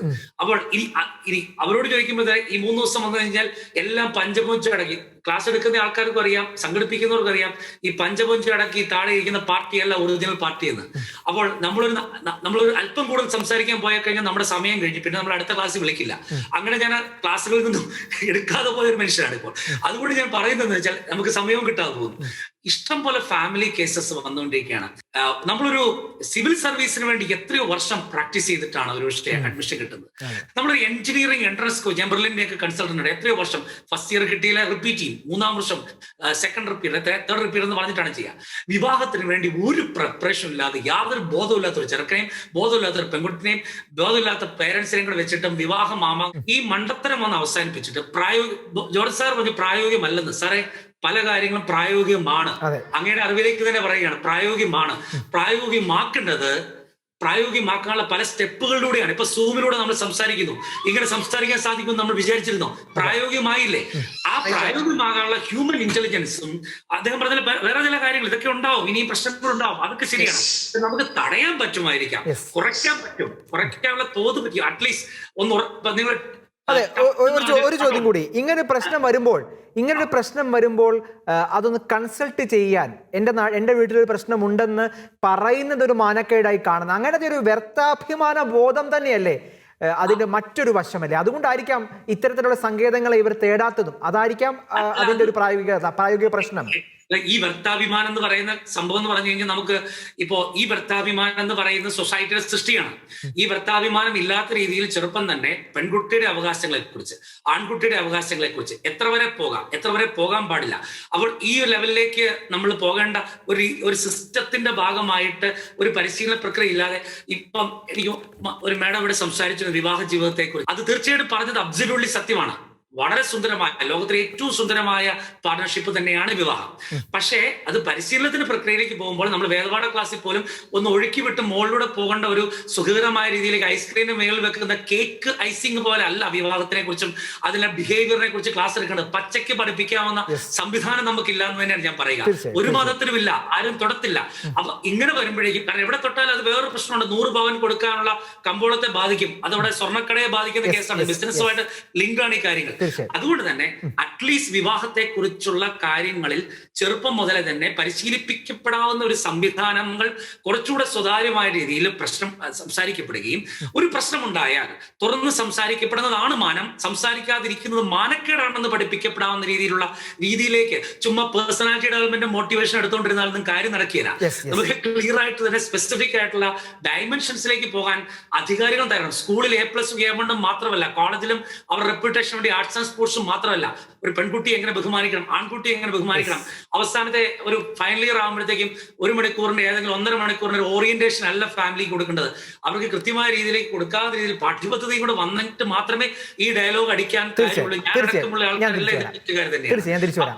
ഡോക്ടർ മേരി റെജീന, നമുക്കറിയാം നമ്മുടെ മാധ്യമങ്ങളൊക്കെ ഈ വിഷയം ചർച്ച ചെയ്യുമ്പോൾ പോലും അതിന്റെ ബ്രേക്കിനുള്ളിൽ കാണുന്ന പരസ്യം പെണ്ണായാൽ പൊന്നു വേണം, പൊന്നും കൂടമായിരിക്കണം, അത്തരത്തിലുള്ള ചിന്തകളൊക്കെ നമ്മുടെ മാധ്യമങ്ങൾ വർഷങ്ങൾ കൊണ്ട് നമ്മുടെ സമൂഹത്തിൽ അടിച്ചേൽപ്പിച്ചിട്ടുണ്ടെന്ന വാക്ക് തന്നെ ഉയർത്തേണ്ടതായിട്ടുണ്ട്. കാരണം അതൊരു വിപണിയാണ്, അതൊരു കമ്പോളമാണ്, അതിൻ്റെ ഗതിവിധികൾക്കുപ്പുറമാണ് നമ്മുടെ പല മാധ്യമ സംവിധാനങ്ങളും, സിനിമയും പത്രമാധ്യമങ്ങളും ഒക്കെ ആ നിലയ്ക്കാണ് സഞ്ചരിക്കുന്നത്. ശരിക്കും കറക്ഷൻ വരേണ്ടത്, നമ്മൾ ഈ പൊളിറ്റിക്കൽ കറക്റ്റ്നെസ് എന്നൊക്കെ പറയുന്നത് പോലെ ഈ കറക്ഷൻ വരേണ്ടത് സൊസൈറ്റിയിൽ മൊത്തമാണ് അല്ലേ? അത്തരത്തിലുള്ള കാര്യങ്ങളിൽ എന്തൊക്കെ പ്രായോഗികമായ നിർദ്ദേശങ്ങളാണ് നമുക്ക് നമ്മുടെ സമൂഹത്തെ ഈ നിലയിൽ നിന്ന് ഉയർത്തിയെടുക്കാൻ നമുക്ക് സാധിക്കുക? നിതിൻ, നമ്മൾ ഈ വിപണിയെ കുറിച്ചും TV അഡ്വർടൈസ്മെന്റ് ഇതൊക്കെ ഉണ്ട്, അവരുടേതായ കമ്പോള സംസ്കാരം എന്ന് നമ്മൾ പറയുന്നതുണ്ട്. പക്ഷെ ആ കമ്പോള സംസ്കാരത്തിൽ കാണിക്കുന്ന എല്ലാം നമ്മൾ അനുകരിക്കുന്നില്ല, ചിലത് അനുകരിക്കുന്നു. പക്ഷെ ഈ സ്വർണം, വിവാഹ ദിവസം ഏറ്റവും പ്രധാനപ്പെട്ട ദിവസമാണ് ഒരു പെൺകുട്ടിയെ സംബന്ധിച്ച്. ഞാനൊരു സ്ത്രീ ആയതുകൊണ്ട് പറയാം, ഒരു പ്രായപൂർത്തിയാവുന്നോടം മുതൽ ഇപ്പോൾ ഒരു വിവാഹം ജീവിതം തിരഞ്ഞെടുക്കാൻ തീരുമാനിച്ച ഒരു കുട്ടിക്ക്, ഞാൻ മടത്തിൽ ചേരുന്ന കുട്ടിയെ കുറിച്ചല്ല പറയാൻ, തിരഞ്ഞെടുക്കുന്ന ഒരു കുട്ടിയുടെ സ്വപ്ന ദിവസമാണ് വിവാഹ ദിവസം എന്നുള്ളത്. അപ്പൊ ഓരോരുത്തർക്ക് അതിനെക്കുറിച്ച് ഓരോ സങ്കല്പങ്ങളായിരിക്കും ഉള്ളത്. അത് അവർ നിൽക്കുന്ന സമൂഹത്തെ ആശ്രയിച്ചിരിക്കും. ഇപ്പൊ ഇവിടെ നമ്മൾ പ്രീമാരിറ്റൽ കോഴ്സിനെ കുറിച്ച് പറഞ്ഞു, അല്ലെങ്കിൽ വിവാഹത്തിന് മുൻപേ ഉള്ള ഒരു ട്രെയിനിങ് വേണം, കോച്ചിങ് വേണം എന്നൊക്കെ പറഞ്ഞു. ഈ കോച്ചിങ് നമുക്ക് ഒരു ഡിഗ്രി കോഴ്സായിട്ടൊന്നും നടത്താൻ പറ്റില്ല. ഏറ്റവും ആദ്യം, ഇല്ലെങ്കിൽ ജീവിതകാലം മുഴുവൻ, ജനിച്ച് വീഴുന്നോടം മുതൽ ആ കുട്ടിക്ക് വിവാഹ ജീവിതത്തെക്കുറിച്ച് കോച്ചിങ് ലഭിച്ചുകൊണ്ടേയിരിക്കുകയാണ്. എവിടെ നിന്ന്? ആ കുട്ടിയുടെ കുടുംബത്തിൽ നിന്ന്. മാതാപിതാക്കളാണ് ആദ്യത്തെ ട്രെയിനേഴ്സും അവസാനത്തെ ട്രെയിനേഴ്സും. അവരുടെ ജീവിതം കണ്ടാണ് വളരുന്നത്, അവരുടെ ബന്ധുക്കളുടെ ജീവിതം കണ്ടു വളരുന്നു. മിത്രം എല്ലാ കാര്യവും നമുക്ക് ഇതുപോലെ ഒരു സർട്ടിഫിക്കറ്റ് കോഴ്സിലൂടെ പകർന്നു കൊടുക്കാൻ സാധിക്കും എന്ന് ഞാൻ വിശ്വസിക്കുന്നില്ല. അതൊരു കാര്യം. അപ്പൊ അതിനോട് കൂടി തന്നെയാണ് ഈ വിവാഹ ദിവസത്തെ കുറിച്ചുള്ള സങ്കല്പവും കുഞ്ഞിന്റെ വളരുന്നത്. അപ്പൊ മാതാപിതാക്കൾ ആഭരണ പ്രിയരാണ്, ഇല്ലെങ്കിൽ അവരുടെ കുഞ്ഞ് ഇന്നസെന്റ് ആയിട്ട് ജനിച്ചു വീഴുന്ന കുഞ്ഞല്ലേ. ആ കുഞ്ഞ് 5 വയസ്സിൽ എന്താണ് അവൾ സ്വാംശീകരിക്കുന്നത്? അവളുടെ മാതാപിതാക്കൾ പകർന്നു കൊടുത്താണ്.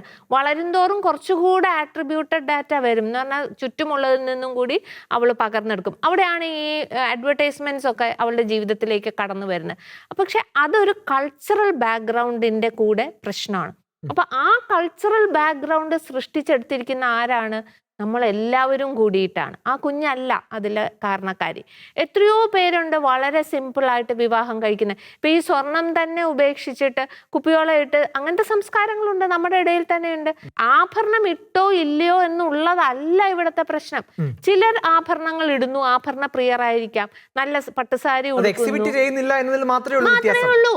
ഈ സംസ്കാരത്തിൽ ബഹുഭൂരിപക്ഷം പേരും, എക്സെപ്ഷൻസ് ഉണ്ട്, ഇല്ല എന്ന് ഞാൻ പറയുന്നില്ല, പക്ഷെ ബഹുഭൂരിപക്ഷം പേർക്കും സ്ത്രീയോടനുബന്ധിച്ച് അതിപ്പം നമ്മളുടെ തന്നെ അതേ സംസ്കാരത്തിന്റെ ഭാഗമാണ് ഈ സമ്പാദ്യശീലം. ഇപ്പൊ മറ്റു രാജ്യങ്ങളിലോ അല്ലെങ്കിൽ വെസ്റ്റേണേഴ്സിനോ ഇല്ലാത്ത അപ്പനും അമ്മയും ജീവിക്കുന്ന തന്നെ അവരുടെ ജീവിതം തന്നെ എന്തിനാണ്? അവർക്ക് മറ്റു രാജ്യങ്ങളിലോ അല്ലെങ്കിൽ വെസ്റ്റേണേഴ്സ് ചെയ്യുന്ന പോലെ അവർക്ക് അടിച്ചു പൊളിക്കാൻ വേണ്ടിയിട്ടല്ല, ഈ സമ്പാദിച്ചു കൂട്ടി വയ്ക്കുകയാണ്. എന്തിനു വേണ്ടിയിട്ട് ചോദിക്കും പറയും ഞങ്ങൾ പ്രായമാകുമ്പോൾ. അപ്പോൾ ഇവിടെ ഒരു സോഷ്യൽ സെക്യൂരിറ്റി സിസ്റ്റം ഇല്ല, പലർക്കും പെൻഷൻ ഇല്ല. അങ്ങനെ വരുമ്പോൾ അവർ സമ്പാദിച്ചു വെക്കുന്ന കുറച്ച് അവർക്ക് വേണ്ടി തന്നെ, ഇല്ലെങ്കിൽ അവരുടെ മകനെ പഠിപ്പിക്കുന്നത് എന്തിനാണ്? മകനെ നല്ലൊരു നിലയിൽ എത്തിക്കുന്ന എന്താണ്? ഒരു സോഷ്യൽ വാർദ്ധക്യകാല പെൻഷൻ ആണ് മകൻ എന്ന് പറയുന്നത് എന്ന് ഞാൻ പറയുന്നു. അതുപോലെ തന്നെ മകൾക്ക് ഇതെല്ലാം കൊടുത്ത് സുരക്ഷിത, ഈ സമ്പാദ്യത്തിന്റെ വേറൊരു പകുതി ഭാഗത്തിൽ അല്ലെങ്കിൽ 3/4 ഭാഗവും പോകുന്നത് പെൺകുട്ടികളുടെ ജീവിതം സുരക്ഷിതമാക്കാൻ വേണ്ടിയിട്ടാണ്. എന്തിനു വേണ്ടിയിട്ടാണ്? അപ്പൊ ഇതൊക്കെ നമ്മുടെ സംസ്കാരം. അപ്പൊ അങ്ങനെ കൊടുക്കുന്ന ഗിഫ്റ്റുകളാണ് ഇതൊക്കെ. അത് ചിലർ കഴുത്തിൽ അണിയും, ചിലർ അണിയില്ല, ചിലർ ബാങ്ക് ഡെപ്പോസിറ്റ് ആയിട്ട് കൊടുക്കും, ചിലർ മകളുടെ പേരിൽ ഇട്ട് കൊടുക്കും. ഇതെല്ലാം ഒന്ന് തന്നെയല്ലേ? മകളുടെ പേരിൽ ഇട്ട് കൊടുത്താലും ഇപ്പൊ ഈ പറയുന്ന കുട്ടിയുടെ, ഞാൻ മനസ്സിലാക്കുന്നത്, സ്ഥലം ആ കുട്ടിയുടെ പേരിലാണ്, ഇല്ലെങ്കിൽ അദ്ദേഹം മകളുടെ മകന്റെ, അദ്ദേഹം എന്തായാലും ഈ മരുമകൻ എഴുതി കൊടുത്തിട്ടില്ല, കാർ എഴുതി കൊടുത്തിട്ടില്ല, ഇതൊന്നും എഴുതി കൊടുത്തിട്ടില്ല, ഉപയോഗത്തിന് ഉണ്ട് എന്ന് മാത്രമേ ഉള്ളൂ. പക്ഷെ ഇറ്റ് ഇസ് അറ്റാച്ച്ഡ്. അത് ലീഗലി അല്ലെങ്കിൽ ബ്ലാക്ക് ആൻഡ് വൈറ്റിൽ അറ്റാച്ച്ഡ് അല്ല.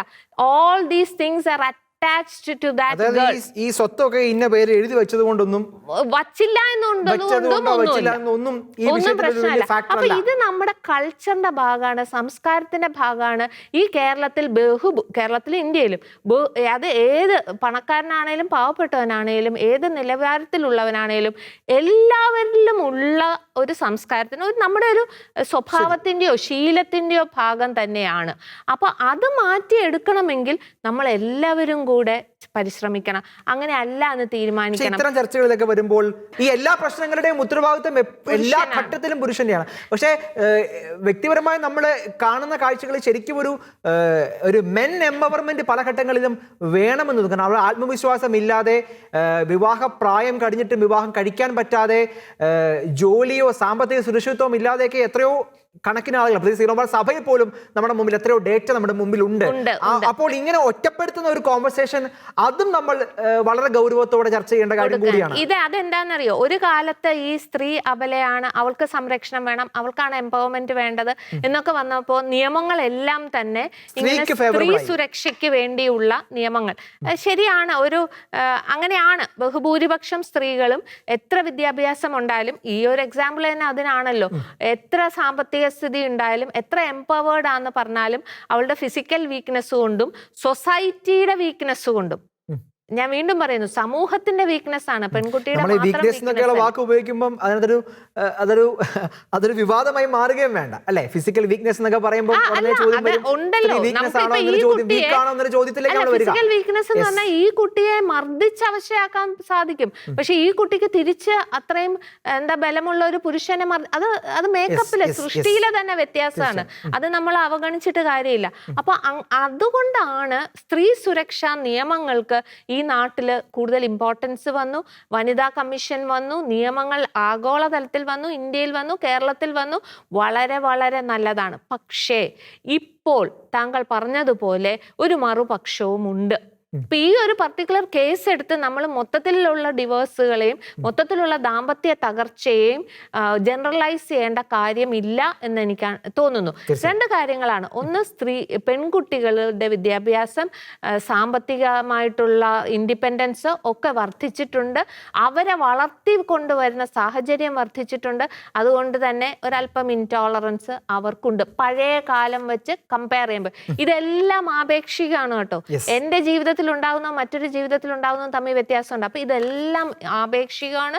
അപ്പൊ നമുക്ക് അങ്ങനെയും ചിന്തിക്കേണ്ടിയിരിക്കുന്നു. എന്നാൽ ഈ താങ്കൾ സൂചിപ്പിച്ച പോലെ സീറോ മലബാർ സഭയിൽ തന്നെ നമ്മൾ പറയുന്ന പോലെ ആൺകുട്ടികൾ വിദ്യാഭ്യാസപരമായും ഞാൻ പറയും സാമർത്ഥ്യത്തിന്റെ കാര്യത്തിലും ഒക്കെ ഒരല്പം പിന്നാക്കം പോകുന്നത് കൊണ്ട് അവർക്കും ഇതിനോടൊക്കെ മല്ലടിച്ച് നിൽക്കാനുള്ള പ്രാപ്തി നഷ്ടപ്പെടുന്നു. അപ്പോൾ മൊത്തത്തിൽ നമ്മൾ ചർച്ച ചെയ്യുകയാണെങ്കിൽ വിമൻ എംപവർമെന്റ് മാത്രമല്ല, ഞാൻ സത്യം പറഞ്ഞാൽ വിമൻ എംപവർമെന്റ്, സ്ത്രീ ശാക്തീകരണം എന്ന വാക്കിന് സ്ത്രീ ശക്തിയായി കഴിഞ്ഞു എന്ന് വാദിച്ചിരുന്ന ആളാണ്. പക്ഷെ ഈ എക്സാമ്പിൾസ് വരുമ്പോൾ എനിക്ക് തോന്നുന്നു പോരാ, നമ്മൾ പുതിയ സ്കിൽസ് അവർക്ക് മാറ്റേണ്ടിയിരിക്കുന്നു. പുറത്തേക്ക് വരിക എന്നുള്ളത് അവരെ പഠിപ്പിക്കേണ്ടിയിരിക്കുന്നു. അതുപോലെ തന്നെ പുരുഷനെയും ശാക്തീകരിക്കേണ്ടിയിരിക്കുന്നു. ആ ശാക്തീകരണത്തിന്റെ ഭാഗമായി മദ്യം, മയക്കുമരുന്ന് തുടങ്ങിയ കാര്യങ്ങളിലേക്ക് കൂടുതൽ വഴുതി പോകുന്നു. അതും ഇപ്പൊ സ്ത്രീകൾ പോകുന്നുണ്ട് എന്ന് പറയുന്നു. പക്ഷെ പുരുഷനിലല്ലേ ആൺകുട്ടികൾ കൂടുതൽ പോകുന്നുണ്ടെങ്കിൽ അത്തരത്തിലുള്ള കാര്യങ്ങളിൽ നിന്ന് അവരെ പിന്തിരിപ്പിക്കാനുള്ള മാർഗങ്ങളും കോച്ചിങ്ങും ട്രെയിനിങ്ങും ഈ പറഞ്ഞ പോലത്തെ എല്ലാ സംവിധാനങ്ങളും അവിടെ ലോ എൻഫോഴ്സ്മെന്റ് ശക്തിപ്പെടേണ്ടതുണ്ട്. ഇതൊരു മൊത്ത സിസ്റ്റം ആണല്ലോ. ആ സിസ്റ്റം മുഴുവൻ നമ്മൾ ഉടച്ചു വാർക്കേണ്ടിയിരിക്കുന്നു എന്നുള്ളതാണ് എനിക്ക് യോജിക്കുന്നു. Shri George Joseph, law enforcement നമ്മൾ എത്രത്തോളം പ്രായോഗികമായി നമ്മൾ ചർച്ച ചെയ്യുമ്പോൾ പോലും ലോ എൻഫോഴ്സ്മെന്റ് എന്നത് അതൊരു ചോദ്യമായി തന്നെ നമ്മുടെ മുമ്പിൽ അവശേഷിക്കുന്നുണ്ട്. എല്ലാ കാര്യങ്ങളിലും നമ്മുടെ നിയമത്തെയാണ് നമ്മൾ കൂട്ടുപിടിക്കുക, കോടതിയാണ് നമ്മൾ ആശ്രയിക്കുക. അങ്ങനെയൊരു കോണ്ടെക്സ്റ്റിൽ നമുക്ക് തീർച്ചയായും അങ്ങ് നിർദ്ദേശിച്ച പ്രായോഗിക വശങ്ങളൊക്കെ നമ്മുടെ മുമ്പിലുണ്ട്. എന്നിരുന്നാൽ പോലും ഇത്തരം വിഷയങ്ങളിൽ ഒരു നിയമനിർമ്മാണത്തിനുള്ള ഒരു സാധ്യതയോ അല്ലെങ്കിൽ അതിനൊക്കെയുള്ള ഒരു അനുകൂലമായ സാഹചര്യം ഈ ഒരു സമയത്ത് ഒരു പൊതുവികാരമൊക്കെ അനുകൂലമായി രൂപപ്പെട്ടു വരുന്നുണ്ട്. അത്തരത്തിലുള്ള നിർദ്ദേശങ്ങളെ അങ്ങ് ഏതെങ്കിലും തരത്തിൽ അങ്ങ് സ്വാഗതം ചെയ്യുമോ? ഒരു കാര്യം പറയാം. ഞാൻ കഴിഞ്ഞ ദിവസം ഈ ഒരു നോഡൽ ഓഫീസറെ, ഇങ്ങനെയുള്ള വിഷമം അനുഭവിക്കുന്ന സ്ത്രീജനങ്ങളും കുട്ടികളും ഒക്കെ ഒരു നോഡൽ ഓഫീസർ ഇപ്പം കേരളത്തിൽ അപ്പോയിന്റ് ചെയ്തിട്ടുണ്ട്, നിശാന്തിനി. അപ്പൊ അവരുടെ നമ്പർ 94 97 99 99 55. ഇതാണ് അവരുടെ നമ്പർ. ആർക്ക് വേണമെങ്കിലും എന്തെങ്കിലും ഇതുപോലെ സഹായം കിട്ടുന്ന അവരെ പ്രതീക്ഷിക്കാം. ഒന്ന്, അതുപോലെ തന്നെ പോലീസ് ആസ്ഥാനത്ത് 24 മണിക്കൂറും പ്രവർത്തിക്കുന്ന 2 നമ്പറുണ്ട്. വിഷമമുള്ളവരെല്ലാം അവരെ വിളിക്കാൻ ശ്രമിക്കുക. ഇതുകൂടാതെ പോലീസ് നമ്മുടെ സ്റ്റേറ്റിന്റെ അപരാജിത എന്ന് പറഞ്ഞ ഒരു നമ്പറുണ്ട് സ്റ്റേറ്റിന്റെ. അവിടെ നമുക്ക് സഹായം കിട്ടും. അത് 94 97 9 96 99 2. അപ്പൊ ഇതൊക്കെ ഉള്ള സംവിധാനമുണ്ട്. ഞാൻ അതുകൊണ്ടാണ് 101 നമ്പർ ഇടണം, അല്ലെ അതുപോലെ ഒരു നമ്പർ തുടങ്ങണമെന്ന് പറഞ്ഞതിന്റെ കാര്യം. കാരണം ഈ നമ്പരൊന്നും ആരും സാധാരണക്കാർക്ക് ഇതൊന്നും ഓർക്കാനും ഒക്കെ വിളിക്കാനും അറിഞ്ഞുകൂടാ. അതുകൊണ്ട് പ്രായോഗികമായിട്ട് ഞാൻ പറഞ്ഞത്, ഞാൻ ഈ പറഞ്ഞ കാര്യങ്ങളിലൊന്നും ഇതിനകത്ത് വിപിനോട് എനിക്ക് നേരത്തെ അറിയാം, മേരി റെജീനയും പറഞ്ഞ ടിൻഡു ഒക്കെ പറഞ്ഞ നല്ല കാര്യങ്ങള് തിയററ്റിക്കലായിട്ട് എല്ലാം കൊള്ളാം. പക്ഷെ പ്രായോഗികമായിട്ട് ഇതൊന്നും നടക്കാൻ പോകുന്നില്ല. കുട്ടികളെ ഒന്നും നടക്കത്തില്ല കേരളത്തില്. നമുക്ക് ഈ കുട്ടികൾ ഇപ്പൊ അല്ലെങ്കിൽ ആത്മഹത്യ ഇങ്ങനെയുള്ള കാര്യങ്ങൾ പ്രിവെന്റ് ചെയ്യാനായിട്ട് ഇമ്മീഡിയറ്റ് ആയിട്ട് എന്ത് വേണമെന്ന കാര്യത്തെ പറ്റി സീരിയസ് ആയിട്ട് ആലോചിക്കണം. പള്ളിയായാലും ശരി, എല്ലാ ആൾക്കാരും അങ്ങനെ ചിന്തിക്കണമെന്ന് ഞാൻ പറയണേ. അതുകൊണ്ട് ഒരു കുട്ടിക്ക് കൊടുക്കുന്ന ഡൗറി എന്തായാലും കൊടുക്കേണ്ടത് ആ കുട്ടിയുടെ പേര് തന്നെ ഇടുക. അതുകൊണ്ട് മറ്റുള്ളവരെ അതുകൊണ്ട് കഴിയാൻ സമ്മതിക്കരുത് മാതാപിതാക്കള്. പിന്നെ നമുക്ക് കുട്ടികളെ കല്യാണം കഴിച്ചാലും കഴിച്ചില്ലേലും ശരി, നമ്മുടെ കുട്ടികളാണ് നമ്മുടെ വീട്ടിൽ തന്നെ അവരുടെ മരണം വരെ നോക്കാനുള്ള സംവിധാനം. അതിനുശേഷം ആ സ്വത്ത് മുഴുവൻ ആ കുട്ടികളുടെ പേരിലോട്ട് ഇട്ടുകൊടുക്കാനായിട്ടും അതിനുള്ള സംവിധാനം സർക്കാർ ലീഗലായിട്ട് ചെയ്യും. ആ കുട്ടികളെ അങ്ങനെ വളരട്ടെ. അതുകൊണ്ട് ഒരു കുട്ടി ഒരു കല്യാണം കഴിച്ചില്ല എന്ന് വിചാരിച്ച് മാതാപിതാക്കൾ ആരും വിഷമിക്കാൻ പാടില്ല. കുട്ടികൾ നമ്മുടെ കുട്ടികളാണ്, നമ്മുടെ വീട്ടിൽ തന്നെ ഇരിക്കും. ഒന്നും വിഷമിക്കേണ്ട കാര്യം. പള്ളി അങ്ങനെ ഒരു അഡ്വൈസ് ആണ് കൊടുക്കേണ്ടത്. അതിന് പള്ളിക്കാരുണ്ട്, ഇഷ്ടം പോലെ ഉണ്ട്. അവരൊക്കെ അങ്ങനെയുള്ള ഒരു കുട്ടിയെ, അപ്പനും അമ്മയും മരിച്ചുപോയി സ്വത്തും ഉണ്ടെങ്കിൽ ആ കുട്ടിയെ നോക്കാനുള്ള സംവിധാനമൊക്കെ പള്ളിക്കാർ ചെയ്യണം. അങ്ങനെ മുന്നോട്ട് പോട്ടെ. നമ്മുടെ ക്രിസ്ത്യൻ കുടുംബങ്ങളെല്ലാം ശക്തി പ്രാപിക്കട്ടെ എന്നാണ് ഞാൻ പറയുന്നത്. അതുകൊണ്ട് ഇതിനകത്ത് ആരും നിരാശപ്പെടാനില്ല. ഒരു കൊച്ചിനെ കല്യാണം അയച്ച് ഇല്ല എന്ന് വിചാരിച്ചുകൊണ്ട് മാതാപിതാക്കൾ ഒന്നും വിഷമിക്കരുത്, ആവശ്യമില്ല. ആ കുട്ടി നല്ലതായിട്ട് വളരട്ടെ, അത് വളർന്നു വന്നോളൂ. അപ്പനും അമ്മയും കടന്നുപോയാലും ആ കുട്ടികളെ ബന്ധുക്കളും അല്ലെങ്കിൽ പള്ളിക്കാരും അല്ലെങ്കിൽ സോഷ്യൽ മീഡിയയിലുള്ളവരും സംരക്ഷിച്ചോളും. അതുകൊണ്ട് ഒരു കൊച്ചിനെ വേറൊരു വീട്ടിലോട്ട് അയക്കുമ്പോൾ ആലോചിച്ചോണം. അങ്ങനെയൊക്കെ നമ്മൾ പറയുമ്പോൾ അത് വിവാഹം എന്ന് പറയുന്നത് എന്തോ ഭയപ്പെടുത്തുന്ന ഒരു സംഭവമാണെന്നൊക്കെ അങ്ങനെ സന്ദേശം തരികയില്ലേ അത്തരത്തിലുള്ള നിർദ്ദേശങ്ങൾ? അതൊന്നുമില്ല. അതൊക്കെ കാര്യമുള്ള വിവരമുള്ള കുട്ടികൾക്ക് അത് മനസ്സിലാവും. പറയാം ഞാൻ പറയണത് ഇങ്ങനെയൊന്നും ചിന്തിക്കാൻ കഴിവില്ലാത്ത ആൾക്കാർ ധാരാളം പേരുണ്ട്. മാതാപിതാക്കളുണ്ട്, കുട്ടികളുണ്ട്. അവരെ മാത്രം ശ്രദ്ധിച്ചാൽ മതി. അത് അല്ലാത്തവരൊക്കെ എന്നേലും വലിയ വേന്ദ്രന്മാരാണെന്ന് എനിക്കറിയാം. അവരവരുടെ പാട്ടിന് പൊക്കോളും, ഒന്നും വിഷമിക്കേണ്ട ആ കാര്യത്തിൽ. അവസാന ഘട്ടത്തിൽ നമുക്ക് പറഞ്ഞ് അവസാനിപ്പിക്കാം. എന്ത് പ്രായോഗികമായിട്ടുള്ള എന്ത് സ്റ്റെപ്പാണ് കേരള സമൂഹത്തിന് ഇനി മുമ്പിലുള്ളത്? തീർച്ചയായിട്ടും ഈ ഒരു ചർച്ചയിൽ ജോർജ് ജോസഫ് സാർ പറഞ്ഞ ആശയങ്ങൾ സ്വീകരിക്കുന്നു. നമുക്ക് പ്രായോഗികമായിട്ടുള്ള പ്രക്രിയ ഡെഫിനറ്റ് ആയിട്ടും ഒരു സൈഡിൽ കൂടെ ഇത്തരം പ്രശ്നങ്ങൾ തുടരുക തന്നെ ചെയ്യും. അദ്ദേഹം പറഞ്ഞ ആ പോയിന്റ് ഞാൻ അക്നോളജ് ചെയ്യുന്നു. ശരിയാണ്. നമുക്ക് ഒരു കൊച്ചു മിന്നാമിനിങ്ങിന്റെ നുറുങ്ങുവട്ടം എന്നതുപോലെ നമുക്ക് എന്ത് ചെയ്യാൻ പറ്റും? ഈ ചോദ്യമേ നമ്മുടെ കയ്യിലുള്ളൂ. അവിടെ വളർന്നു വരുന്ന ഇപ്പൊ ഞാൻ ഇങ്ങനെ വെറുതെ ആലോചിച്ചുകൊണ്ടിരിക്കുന്നത്, ഞാൻ ഗ്രാജുവേഷൻ പഠിക്കുന്ന മനഃശാസ്ത്രത്തിൽ ഗ്രാജുവേഷൻ പഠിക്കുന്ന സമയത്ത് ഇപ്പോൾ മരിച്ചുപോയ പെൺകുട്ടിക്ക് മിക്കവാറും 2 വയസ്സായിരിക്കും ഉണ്ടാവുക. അപ്പോൾ പിന്നീട് ഒരുപക്ഷെ PG കഴിയുമ്പോൾ ഒരു 4 വയസ്സായിരിക്കും ഉണ്ടാവുക. ഇപ്പൊ ഈ പയ്യന് ഒരുപക്ഷെ അത്രയും പ്രായമൊക്കെ ആയിരിക്കും ഉണ്ടാവുക. അപ്പോൾ ഒരു ഇത്രയും നാളുടെ മനഃശാസ്ത്ര പഠനം കഴിഞ്ഞ് വന്ന് നിൽക്കുമ്പോഴേക്കും അവരൊരു എന്താ പറയുക, കുരുന്നിലെ തന്നെ അവരുടെ ജീവിതം ഇല്ലാണ്ടാവുക എന്ന് പറയുമ്പോൾ ഒന്നും അറിയാത്തൊരു കുഞ്ഞ്, 2 വയസ്സുള്ള കുഞ്ഞ് 4 വയസ്സാകുന്നു, 6 വയസ്സാകുന്നു, 8 വയസ്സാകുന്നു. ഈ പുരുഷനും ഈ ആൺകുട്ടിയും ഇങ്ങനെ വന്ന് അവന് കാറിന് വേണ്ടിയാണ് ഭാര്യയെ മർദ്ദിച്ചെന്ന് പറയുമ്പോൾ എന്തായാലും അവൻ പഠിച്ച കോളേജിൽ നിന്ന് ആവണമെന്നില്ല, അല്ലെങ്കിൽ പക്ഷെ എല്ലാ സ്ഥലങ്ങളിൽ നിന്നും ആകാം, സ്വന്തം വീട്ടിൽ നിന്നുള്ള ആകാം, അച്ഛന്റെ അപ്രോച്ചും അമ്മയുടെ അപ്രോച്ചും ഒക്കെ ഉണ്ടാകാം. അതുകൊണ്ട് തന്നെ വളരെ ചെറുതിലേ തന്നെ മാതാപിതാക്കൾ തമ്മിലുള്ള ബന്ധത്തിലുള്ള ഇടർച്ചകൾ ഉണ്ടെങ്കിൽ നിങ്ങളുടെ മക്കൾ വളർന്നു വരുമ്പോൾ തന്നെ നാളെ അവർ ജയിലിൽ കിടക്കുന്ന കാണാതിരിക്കാനും മറ്റൊരു പെൺകുട്ടിയുടെ ഒരു ആൺകുട്ടിയുടെ കൊലപാതകയായിട്ടോ അല്ലെ ആത്മഹത്യാ പ്രേരണ കൊടുക്കുന്ന ഒരു വ്യക്തിയായിട്ട് മാറാതിരിക്കണമെങ്കിൽ ഇപ്പോൾ ഉള്ള മാതാപിതാക്കൾ അവരുടെ റിലേഷൻഷിപ്പ് തന്നെ ഒന്ന് മെയിൻറ്റെയിൻ ചെയ്യുകയും പ്രശ്നമുണ്ടെങ്കിൽ ഫാമിലി കോച്ചിങ്ങോ ഫാമിലി കൗൺസിലിങ്ങോ എന്നൊക്കെ പേരുകളൊക്കെ ഉള്ള കാര്യങ്ങളൊക്കെ റിയലിസ്റ്റിക് ആയിട്ട് റിസൾട്ട് ഉള്ള കാര്യങ്ങൾ തന്നെയാണ്. എല്ലാ ദിവസവും ഇതൊക്കെ തന്നെ ചെയ്തുകൊണ്ടിരിക്കുന്ന ഒരാളാണ്. ഒരുപാട് കുടുംബങ്ങൾ, ഏതാണ്ട് 100-ലധികം കുടുംബങ്ങൾ ഡിവോഴ്സ് കഴിഞ്ഞിട്ട് തിരിച്ച് റീജോയിൻ ചെയ്തിട്ടുള്ള കേസുകളുണ്ട്. അപ്പോൾ ഞാൻ പറഞ്ഞു വരുന്നത്, ഒരു ഘട്ടം കഴിയുമ്പോൾ വേണ്ടായിരുന്നു തോന്നുന്നത് തിരിച്ചു വരുന്നുണ്ട്. മാറേണ്ടത് മാറണം, പിന്മാറണം. ഒരുമിച്ച് പോകാൻ സാധിക്കുന്ന അത്ര സുന്ദരമായ രീതിയിലേക്ക് സ്വഭാവത്തെ പുരുഷന്റെ സ്ത്രീയുടെ മാറ്റാൻ തക്ക രീതിയിലേക്ക് അവർക്ക് നല്ല മോഡൽ ഉണ്ടാവണമെങ്കിൽ തീർച്ചയായിട്ടും മാതാപിതാക്കൾ അവരുടെ സ്വഭാവം ഒന്ന് ക്ലിയർ ആണ്. വിവാഹത്തിന് സമയം വരുമ്പോൾ അഡ്ജസ്റ്റ്മെന്റിൽ ഒന്നാകലും ഒപ്പിക്കൽ പോയിട്ടുള്ള പെണ്ണ് കാണലോ അല്ലെങ്കിൽ ചെക്കൻ കാണലോ പരിപാടികൾ മാത്രം പോരാ. എന്നാൽ വളർന്നു വരുന്ന ആൺകുട്ടികളും പെൺകുട്ടികളും 2021 മനസ്സിലാക്കിക്കൊണ്ട് ഒരു പെൺകുട്ടിയെ ബഹുമാനിക്കാൻ തയ്യാറാണെങ്കിലേ വിവാഹം കഴിക്കാവുള്ളൂ. ഒരു ആൺകുട്ടിയുമായിട്ട് അല്ലെങ്കിൽ പുരുഷനുമായിട്ട് ഒത്തുപോകാനുള്ള കാര്യങ്ങൾ വരുമ്പോൾ തന്നെ തനിക്ക് ഇഷ്ടമില്ലാത്ത ചില കാര്യങ്ങളെ തുറന്ന് സംസാരിക്കാനുള്ള ഒരു അസർട്ടീവ്നെസ് ഉണ്ടെങ്കിലേ പെൺകുട്ടിയും വിവാഹത്തിലേക്ക് വരാൻ പറ്റുള്ളൂ. ഈ ടപ്പഡ് എന്ന് പറഞ്ഞൊരു പടമുണ്ട്, അങ്ങനെയാണ് ഉച്ചരിക്കുന്നത് എനിക്കറിയില്ല. അതിനകത്ത് നായക കഥാപാത്രം അറിയാതെ ഒരു അടി കൊടുക്കുന്നുണ്ട് ഭാര്യയ്ക്ക്. അവർ ഒറ്റ റീസണിന്റെ പുറത്ത് ഡിവോഴ്സ് പോകും. ഞാൻ തന്നെ കണ്ട ഇത്രയും ഓവറാണല്ലോ എന്ന് ഞാൻ വിചാരിച്ചു. ഒരു ക്ഷമ കൊടുക്കുന്ന ഒരു ഫൊർഗീവ്നെസ് പോലും കൊടുക്കുന്നില്ല. പക്ഷെ അതിൽ പറയുന്ന ന്യായങ്ങൾ പലതുമുണ്ട്. ഇവിടെ 10,000 ഇടി കിട്ടിയാലും ഇരയായിട്ട് പോകാൻ കാരണം എന്ന് വെച്ചാൽ അവരുടെ ഉള്ളിലുള്ള കുറെ സൈക്കോളജിക്കൽ ഫാക്ടേഴ്സ് മറ്റൊരു ചർച്ചയിൽ ഒരുപക്ഷെ അതിനെക്കുറിച്ച് നമുക്ക് വെളിപ്പെടുത്താൻ പറ്റുമായിരിക്കും. അങ്ങനെ വരുമ്പോൾ കൃത്യമായ രീതിയിലേക്ക് പീരിയോഡിക്കലായി വിവാഹത്തിന് മുൻപുള്ള ഒരുക്കം, വിവാഹത്തിന്റെ സമയങ്ങളിൽ തന്നെയുള്ള കാര്യങ്ങളെ ആഘോഷമായിട്ട് നടന്നോട്ടെ. വിവാഹത്തിന് ശേഷമുള്ള സമയങ്ങളാണെങ്കിലും ഒരു പോസ്റ്റ് മാരിറ്റൽ ഇന്റർവെൻഷൻ മാൻഡേറ്ററി ആക്കി മാറ്റുന്ന രീതിയിൽ ലോ തന്നെ വരണം എന്നാണ് ഞാൻ പറയാ. കാരണം ഒരുപാട് 20 വർഷങ്ങളായിട്ട് ഞാൻ ഈ വിഷയം പറയുന്നുണ്ട്. നിയമങ്ങൾ കൊണ്ടൊന്നും പരിഹരിക്കാൻ പറ്റാത്ത വിഷയമല്ല എന്ന ഒരു വാദത്തെ എങ്ങനെയാണ് അങ്ങ് നോക്കിക്കാണുന്നത്? എങ്ങനെ നിയമം കൊണ്ടൊന്നും പരിഹരിക്കാവുന്ന വിഷയമല്ല ഇത് എന്ന വാദത്തെ എങ്ങനെയാണ് നോക്കിക്കാണുന്നത്? ഞാൻ പറയുന്നത് നിയമം കൊണ്ട് പരിഹരിക്കപ്പെടാവുന്ന വിഷയമല്ല, ശരിയാണ്. പക്ഷെ വിവാഹത്തിന് ശേഷം വിവാഹ ഒരുക്ക പരിശീലനം പോലെ തന്നെ വിവാഹത്തിന് ശേഷം 3 മാസം കഴിഞ്ഞിട്ട് 6 മാസം കഴിഞ്ഞിട്ട് 1 വർഷം കഴിഞ്ഞ് അല്ലെ 2 വർഷം കഴിഞ്ഞ് ഒരു പീരിയോഡിക്കൽ ആയിട്ടുള്ള ഒരു കോൺഫിഡൻഷ്യൽ സംവിധാനത്തിലൂടെ ഒരു കൗൺസിലിംഗ് മാൻഡേറ്ററി ആക്കുന്നതിനെ കുറിച്ച് എന്തുകൊണ്ട് ചിന്തിച്ചുകൂടാന്നാണ് ഞാൻ ചിന്തിക്കുക. അതിലൊരു പെട്ടെന്നൊരു പോയിന്റ് പറയാം. നമ്മൾ എത്ര പുതിയൊരു വാഹനം വാങ്ങിയാലും, ഇപ്പോൾ ഈ കഥാനായകന്റെ വാഹനം പോലും 6 മാസത്തിലൊന്ന് സർവീസ് ചെയ്യണമല്ലോ, വർഷത്തിലൊന്ന് സർവീസ് ചെയ്യണമല്ലോ, ഇടയ്ക്കിടയ്ക്ക് ഓയിൽ ചേഞ്ച് ചെയ്യണമല്ലോ. സർവീസ് ചെയ്യേണ്ട വണ്ടിയാണെങ്കിൽ എന്തുകൊണ്ട് വ്യക്തിത്വങ്ങളെ സർവീസ് ചെയ്യപ്പെടാവുന്ന നിയമമാക്കി വെച്ചുകൂടാ? ഇത്തരത്തിലുള്ള ചിന്തകൾ ഉണ്ടാവേണ്ടതുണ്ട്. കാലം മാറുമ്പോഴാണല്ലോ നമുക്ക് അത്തരത്തിലുള്ള ചിന്തകൾ വരേണ്ടത്. എനിക്ക് പ്രായോഗികമായിട്ട് കൂടുതലുള്ള കാര്യങ്ങളെ കുറിച്ചല്ല, അടിസ്ഥാനപരമായി കുടുംബത്തിലുള്ള മാറ്റങ്ങൾ വരണം. വ്യക്തികൾ അവരുടെ വ്യക്തിത്വത്തിൽ വളരാനുള്ള സാഹചര്യം ഉണ്ടാവണം. ഡിഗ്രിയും PGയും മാത്രമല്ല, അവരുടെ ഡെസിഗ്നേഷൻ അല്ല, അവരുടെ പേഴ്സണാലിറ്റിയിലാണ് റിസൾട്ട് ഉണ്ടാവേണ്ടത്.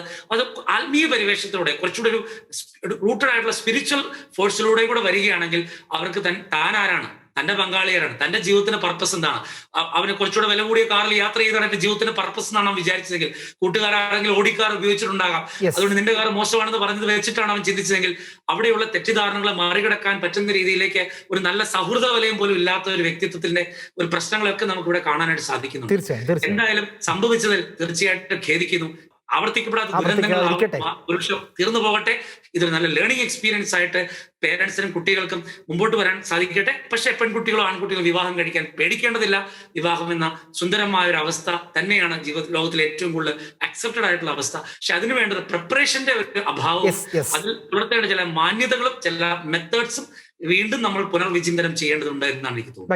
വ്യക്തമാണ്. ഏറ്റവും അവസാനം ശ്രീമതി ടിന്റു സോണി, വിവാഹം എന്ന ആശയത്തെ പോലും ചോദ്യം ചെയ്തുകൊണ്ടുള്ള വലിയ ചർച്ചകൾ ഈ സമയത്ത് കാലാകാലങ്ങളായിട്ടുണ്ട്. പ്രത്യേകിച്ച് ഈ സമയത്ത് അതിന്റെ ആക്കം കൂടി നിൽക്കുന്ന ഈ ഘട്ടത്തിൽ എന്ത് നിർദ്ദേശമാണ്, എന്ത് സന്ദേശമാണ് പറഞ്ഞ് അവസാനിപ്പിക്കാനുള്ളത്? എനിക്ക് തോന്നുന്നു ഡോക്ടർ വിപിൻ പറഞ്ഞതിന്റെ ബാക്കിയായിട്ട് ഞാൻ പറയുന്നത്, നമുക്ക് എവിടെ വെച്ചും ഇന്റർവെൻഷൻ നടത്താം. പക്ഷെ അത് ഏർലി ഇന്റർവെൻഷൻ ആണെങ്കിൽ വളരെ നല്ലത്. ഏർലി ഇന്റർവെൻഷൻ ആണെങ്കിൽ വളരെ നല്ലത്. ഇപ്പം ജോർജ് സാർ പറഞ്ഞു, എനിക്ക് ഒത്തിരി ബഹുമാനമുണ്ട്. അദ്ദേഹത്തെ പറഞ്ഞ പോയിന്റുകളൊക്കെ നമുക്ക് പരിഗണിക്കാവുന്ന പല പോയിന്റുകളുണ്ട്. പിന്നെ വിവാഹം എന്ന് പറഞ്ഞാൽ ഇതൊരു സ്ത്രീയുടെ മാത്രം പ്രശ്നമായിട്ട് കാണരുത്. ഇതിന് രണ്ടുപേരും എക്വിപ്ഡ് ആവേണ്ടതുണ്ട്, രണ്ടുപേരും സഹായിക്കേണ്ടതുണ്ട്. അതിനകത്ത് ആൺകുട്ടികളും പെൺകുട്ടികളും ഒരേപോലെ എക്വിപ്ഡ് ആയിട്ട് വളരെ സുന്ദരമായിട്ട് ജീവിക്കാൻ പറ്റുന്ന ജീവിതമാണ് വിവാഹ ജീവിതം. അപ്പൊ അതിനകത്ത് യാതൊരു സംശയവും. ഇന്റർവെൻഷൻ എന്ന് പറയുമ്പോൾ, നമ്മൾ ഏർലി ഇന്റർവെൻഷൻ പറയുമ്പോൾ നമ്മൾ പോയി എവിടെ വരെ വരണം? ശരിക്കും ഉദരത്തിലായിരിക്കുന്ന സമയത്ത് മുന്നേ, ഒരുപക്ഷെ പ്രിപ്പറേഷന് മുന്നേ. അപ്പൊ നോക്കിക്കേ, അത് ഇപ്പൊ ഉള്ള ജനറേഷൻ അത് ചെയ്താൽ തീർച്ചയായിട്ടും റിസൾട്ട് ഉണ്ട്. നമുക്ക് ഒരിക്കലും തലമുറയോട് നമ്മൾ പറയാൻ പാടില്ല നമുക്ക് റിസൾട്ട് ഇല്ല, അതുകൊണ്ട് ഡിവോഴ്സ് ചെയ്തോ, അതായത് നമുക്ക് പറയാൻ പാടില്ല. തെറ്റായ സന്ദേശം. തീർച്ചയായും സ്ത്രീകളുടെ ധനം അവരുടെ വ്യക്തിത്വമാണ് എന്ന ബോധ്യം നമ്മുടെ സമൂഹത്തിന് ഇനിയും ഉണ്ടാകേണ്ടതായിട്ടുണ്ട്. അല്ലാത്ത പക്ഷം സ്ത്രീധനമായി കുടുംബാംഗങ്ങൾ ഏൽപ്പിക്കുന്ന സ്വത്തും സമ്പത്തുമൊക്കെ അളന്നു തൂക്കി സ്ത്രീയുടെ മൂല്യം അളക്കുന്ന ഇത്തരം ദുരന്ത കഥകൾ ഇനിയും നമ്മുടെ നാട്ടിൽ സംഭവിക്കും. നിയമത്തിൻ്റെ നൂലാമാലകളെ നമുക്ക് കുറ്റപ്പെടുത്തേണ്ട, പക്ഷേ നമ്മുടെ കുടുംബങ്ങളിൽ ഇത്തരം മാറ്റങ്ങൾ നമുക്ക് കൊണ്ടുവരാൻ സാധിക്കും. മുൻവിധികൾ ഒന്നുമില്ലാതെ ഈ വിഷയങ്ങളിൽ തുറന്ന സമീപനങ്ങൾക്ക് തുടക്കം കുറിക്കുവാൻ അതിൻ്റെ ആദ്യ സ്റ്റെപ്പ് നമ്മുടെ കുടുംബങ്ങളിൽ തന്നെ ഉണ്ടാകട്ടെ. ഈ ചർച്ചയിൽ ഏറെ സജീവമായി പങ്കെടുത്ത ശ്രീ ജോർജ് ജോസഫ്, വിപിൻ ബി റോൾഡന്റ്, ടിന്റു സോണി, ഡോക്ടർ മേരി റെജീന, 4 പേർക്കും നന്ദി.